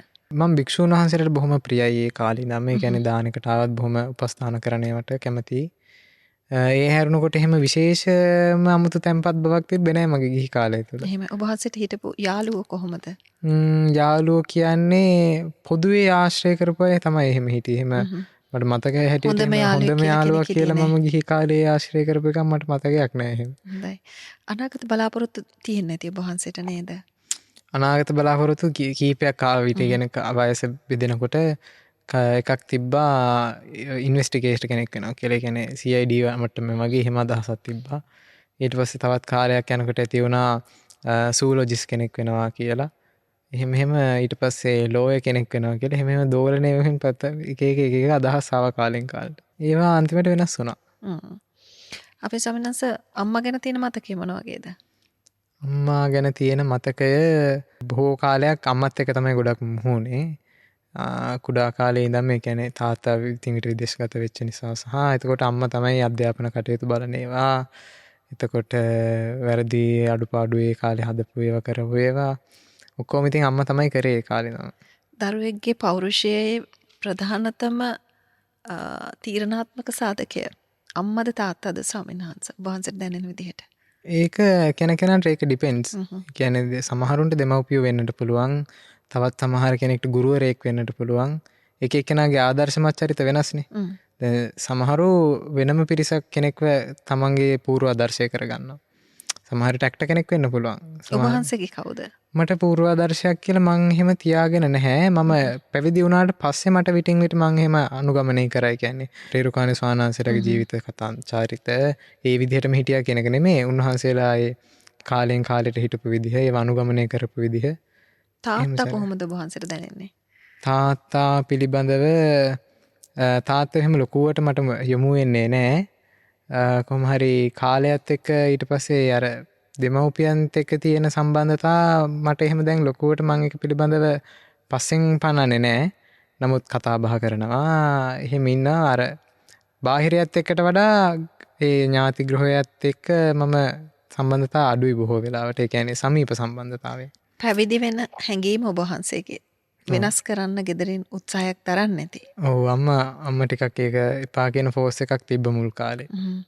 පැවිදි වෙන වෙලාවෙත් ඊට පස්සේ කියලා තියෙනවා මේක තව හිතලා බලන්න එහෙම කියලා. ඔබ වහන්සේ විතරද පවුලේ එකම දරුවා? එතකොට එකම දරුවා තමයි ශාසනයට සම්බන්ධ වෙන්නේ. ඉතින් අම්මටත් තාත්තටත් අවකාශය ලැබිලා තියෙනවා මේ වන විට සම්නස ශාසන හිමිකරුවන් බවට පත් වෙන්න. ඉතින් ඒ දේ සිද්ධ වෙනවා. එතකොට ඔබ වහන්සේට අරමුණක් මේ මොහොතේ ඔබ වහන්සේගේ අරමුණ මොකක්ද? මේ වෙන විට තියෙන අරමුණ තමයි ඉතින් පුළුවන් තරමක් ත්‍රිපිටකය තවදුරටත් හදාරගෙන තරුණ කාලය තුළ සම්මාදිට්ඨික ධර්මය ආරක්ෂා කරගන්නට තේරවාදී බුද්ධ ශාසනය වෙනුවෙන් යමක් කරන්න. ඒක තමයි අරමුණ. ඒක තමයි වර්තමාන අරමුණ. හොඳයි. එතකොට මට තව කාරණයක් අහන්න සිද්ධ වෙනවා දැන් මේ වෙලාවේ. ඔබ වහන්සේ ගිහි කල ගිය පාසලේ ශිෂ්‍ය ශිෂ්‍යාවන්ට මේ වැඩසටහන දකින්නට අවකාශය ලැබේවි. ඔබ වහන්සේට ජීවිතය ගැන කියලා දීපු ඒ වගේම අධ්‍යාපනය දුන්න ගුරුවරුන්ට මේ අවස්ථාව ලැබේවි දකින්න ඔබ වහන්සේව. ඒ අය සම්බන්ධයෙන් ලැබිච්ච විශේෂ අනුග්‍රහයක් ඒ අයගෙන් ලැබුණු ශක්තියක් ජීවිතයට ඔබ වහන්සේට මතක් වෙනවද? එහෙම විශේෂ චරිතයක් ඉන්නවද? ඔය පිරිස අතරේ ඔබ වහන්සේට අමතක කරන්නම බැරි. පාසල් කාලේ මේ ගුරුවරියක් හිටියා මට මතක විදියට මම 4 වසරේදී වගේ මගේ මතකයේ හිටියට. ඒ ගුරුවරියත් එක්ක අපි මේ ගොඩාක් සීල් සමාදන් වෙන පැත්තට එහෙම යමු වෙලා තියෙනවා. ඒ කියන්නේ එතුමිය යම්කිසි ප්‍රසිද්ධ සේනාසනයක් ආශ්‍රය නිශ්‍රය කරමින් එහෙම හිටියා. එතකොට ඒ ෆෝස් එක එතනදී යම්කිසි අපි ඒ පැත්තකට යමු වුණා. ඒ කියන්නේ කැමැත්තක් ඇති වෙලා එහෙම දේවල් වුණා. ඒ හැරුණකොට එහෙම විශේෂ චරිත කියලා මම එහෙම නැහැ. එහෙම නැහැ. ඔබ වහන්සේ කතා බහ කරන විදිහ යම් දෙයක් පැහැදිලි කරන විදිහ තව කෙනෙක් එක්ක යම් කිසි දෙයක් පැහැදිලි කරන්න සම්බන්ධ වෙන විදිහ බැලුවාම ඒ ආකාරය බැලුවාම අපේ සම්නස අපිට දැනෙනවා මේ ඒක ඔබ වහන්සේ පුහුණු කරපු දෙයක්ත් එක්ක තමයි මේ මොහොතේ වැඩ සිටින්නේ කියලා අපේ ස්වාමීන් වහන්සේ. ඉතින් හොඳයි. එහෙමනම් මේ මොහොතේදී අවසාන වශයෙන් ඔබ වහන්සේට අපේ ශ්‍රාවකයන්ට දෙන්න විශේෂ පණිවිඩයක් තියෙනවද? විශේෂයෙන් අපි දරුවෝ ගැන තරුණයෝ ගැන ගොඩක් කතා කළා. මේ බුද්ධ ශාසනයේ ආරක්ෂාව රැකවරණය ඉදිරියට අරගෙන යාමේ වගකීම මේ අයට පැවරිලා තියෙනවා. හැබැයි මේ විදිහට කොටස් විදිහට දැන් ස්තර හැටියට මේ තරුණ සමාජය බෙදිලා ඒ අය හැම දෙයක්ම තර්ක කරන තැනටම පත් කරලා තියෙන මේ වගේ අවස්ථාවක විශේෂයෙන්ම සියදිවි හානි කරගන්නවා බොහෝ දරුවෝ අපි දකිනවා පුංචි දෙයකින්. ඔබ වහන්සේ දෙන විශේෂ පණිවිඩය මොකක්ද? මම දෙන පණිවිඩයක් කියලා කියනවා නම් දැන් යම්කිසි කෙනෙක් ධර්මයේ තුල නිරන්තරයෙන් නැත්තම් ආධුනිකයි නම් දෙමව්පියන් හෝ වේවා වෙන කෙනෙක් ඒක බලහත්කාරයෙන් එයාට ඒක එපා වෙන විදිහට කරලා තේරුමක් නැහැ. එහෙමයි. එයාට ටික ටික ඕනනම් එයාට ඒක යොමු වෙන්නට එයාගේ හිත හදන්න පුළුවන්. කියන්නේ යම්කිසි කෙනෙක් ධර්මයට යොමු කරන්න තමන්ට අවශ්‍යයි නම් එයාගේ ජීවිතය තුළ එයාට ඒක බලපවන්නේ කොහොමද? බුදුරජාණන් වහන්සේගේ ධර්මය ඒකට ගලපාගන්නේ කොහොමද කියන එක මුලින් එයාට කාවත් දන්නවා. ඒක තුලින් එයා ඩිවෙලොප් වෙන්නට ඕනේ. ඊට පස්සේ එයාගේ ශ්‍රද්ධාව වඩා ගන්නට ඕන. ඔය පුහු විවාද තර්කයන් මත එවිඩන්ස් හොය ධර්මයේ හදාරන එක නෙමේ ධර්මයේ හරයට කෙලිම අරමුණු කරන්න ඕන.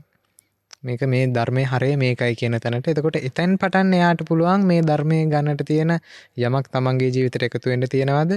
ඒක එකතු වෙන්නේ ඊට පස්සේ එයා ඒ තමන් තුළින්ම ඩිවෙලොප් කරගන්න චරිතය තුළ.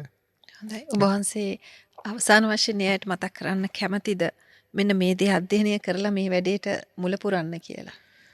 අධ්‍යයනය කරන්නට කියලා කියනවා නම් බොහෝ දෙනෙක්ට මට ඒක උනේ නැහැ. බොහෝ දෙනෙක්ට මම අපි දන්න වැඩිහිටි බොහෝ ස්වාමීන් වහන්සේලාට තරුණ තවත් ස්වාමීන් වහන්සේලාට ගිහි අයටත් බොහෝ ධර්මයට යොමු වෙන්නට උපකාර වෙච්ච තැනක් තමයි ශාසනාවතරණය. ශාසනාවතරණය. රේරුකාණේ චන්දවිමල සංසගේ ශාසනාවතරණය පොත.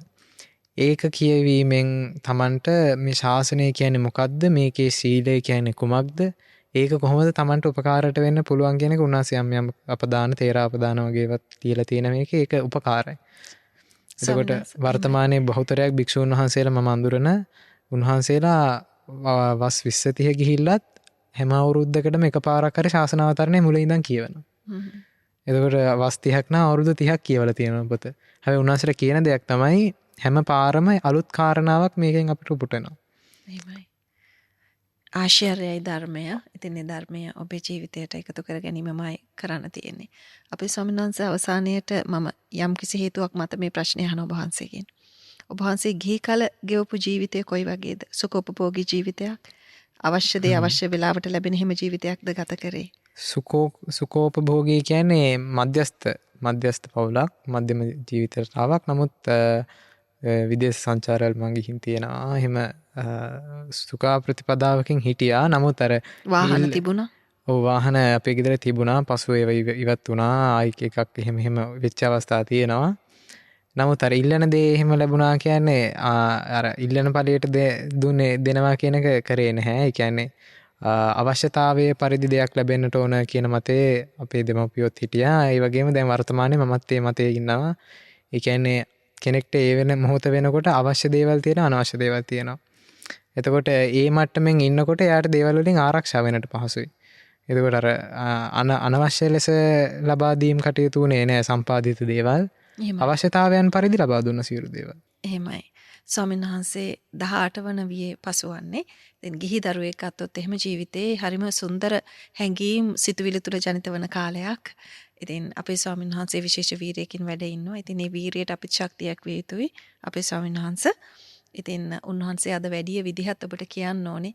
උන්වහන්සේ මුදල් පරිහරණයක් නැහැ. ඒ වගේම උන්වහන්සේට අනුග්‍රහ කරන තවත් කෙනෙක් පැමිණෙනවා. වැඩම කරන්නේ බස් රථේ. ඉතින් අගනුවරදී තමයි අපි වාහන පහසුකම් සලසලා අපි ගෞරවනීය ස්වාමීන් වහන්සේට මේ මැදිරියට වැඩින්නට අවකාශ සලසා දෙන්නේ. ඉතින් තව ටික වෙලාවකින් මේ වැඩසටහන අවසන් වුණාම උන්වහන්සේ නැවත වැඩම කරાવી. මේ වීරය තුලින් උන්වහන්සේ අපේක්ෂා කරන අවසාන අරමුණ ඒ ආකාරයෙන් මිශ්‍ර සිද්ධ වෙන්න කියලා අපේ ගෞරවනීය ස්වාමීන් වහන්සේට අපි ආශිර්වාද කරමු ප්‍රාර්ථනා කරමු. වයස කාලය මේ මොනදී තැන මොනදේ වෙනස් වුණත් උන්වහන්සේ ධර්මයේ තුල පිහිටා සිටිනවා නම් ඒ උන්වහන්සේගේ අරමුණේ ආකාරයෙන්ම ඉෂ්ට සිද්ධ වෙනවාමයි. සම්මිස්තික දෙවියන්ගේ ආශිර්වාදයත් සහිතව ඒ දේ සිද්ධ වේවා.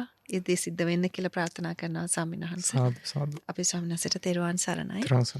ඉතින් මේ මොහොතේදී විමසිලිමත් වෙනවා නම් අපේ ගෞරවනීය ස්වාමීන් වහන්සේ කවුද කියන කාරණේ නැවත සිහිපත් කරගන්න. උන්වහන්සේ දඹදෙණි වජිරාරාම භාවනා මධ්‍යස්ථාන වාසී පූජ්‍ය කැලණියේ ධම්මසිද්ධි ගෞරවනීය ස්වාමීන් වහන්සේ.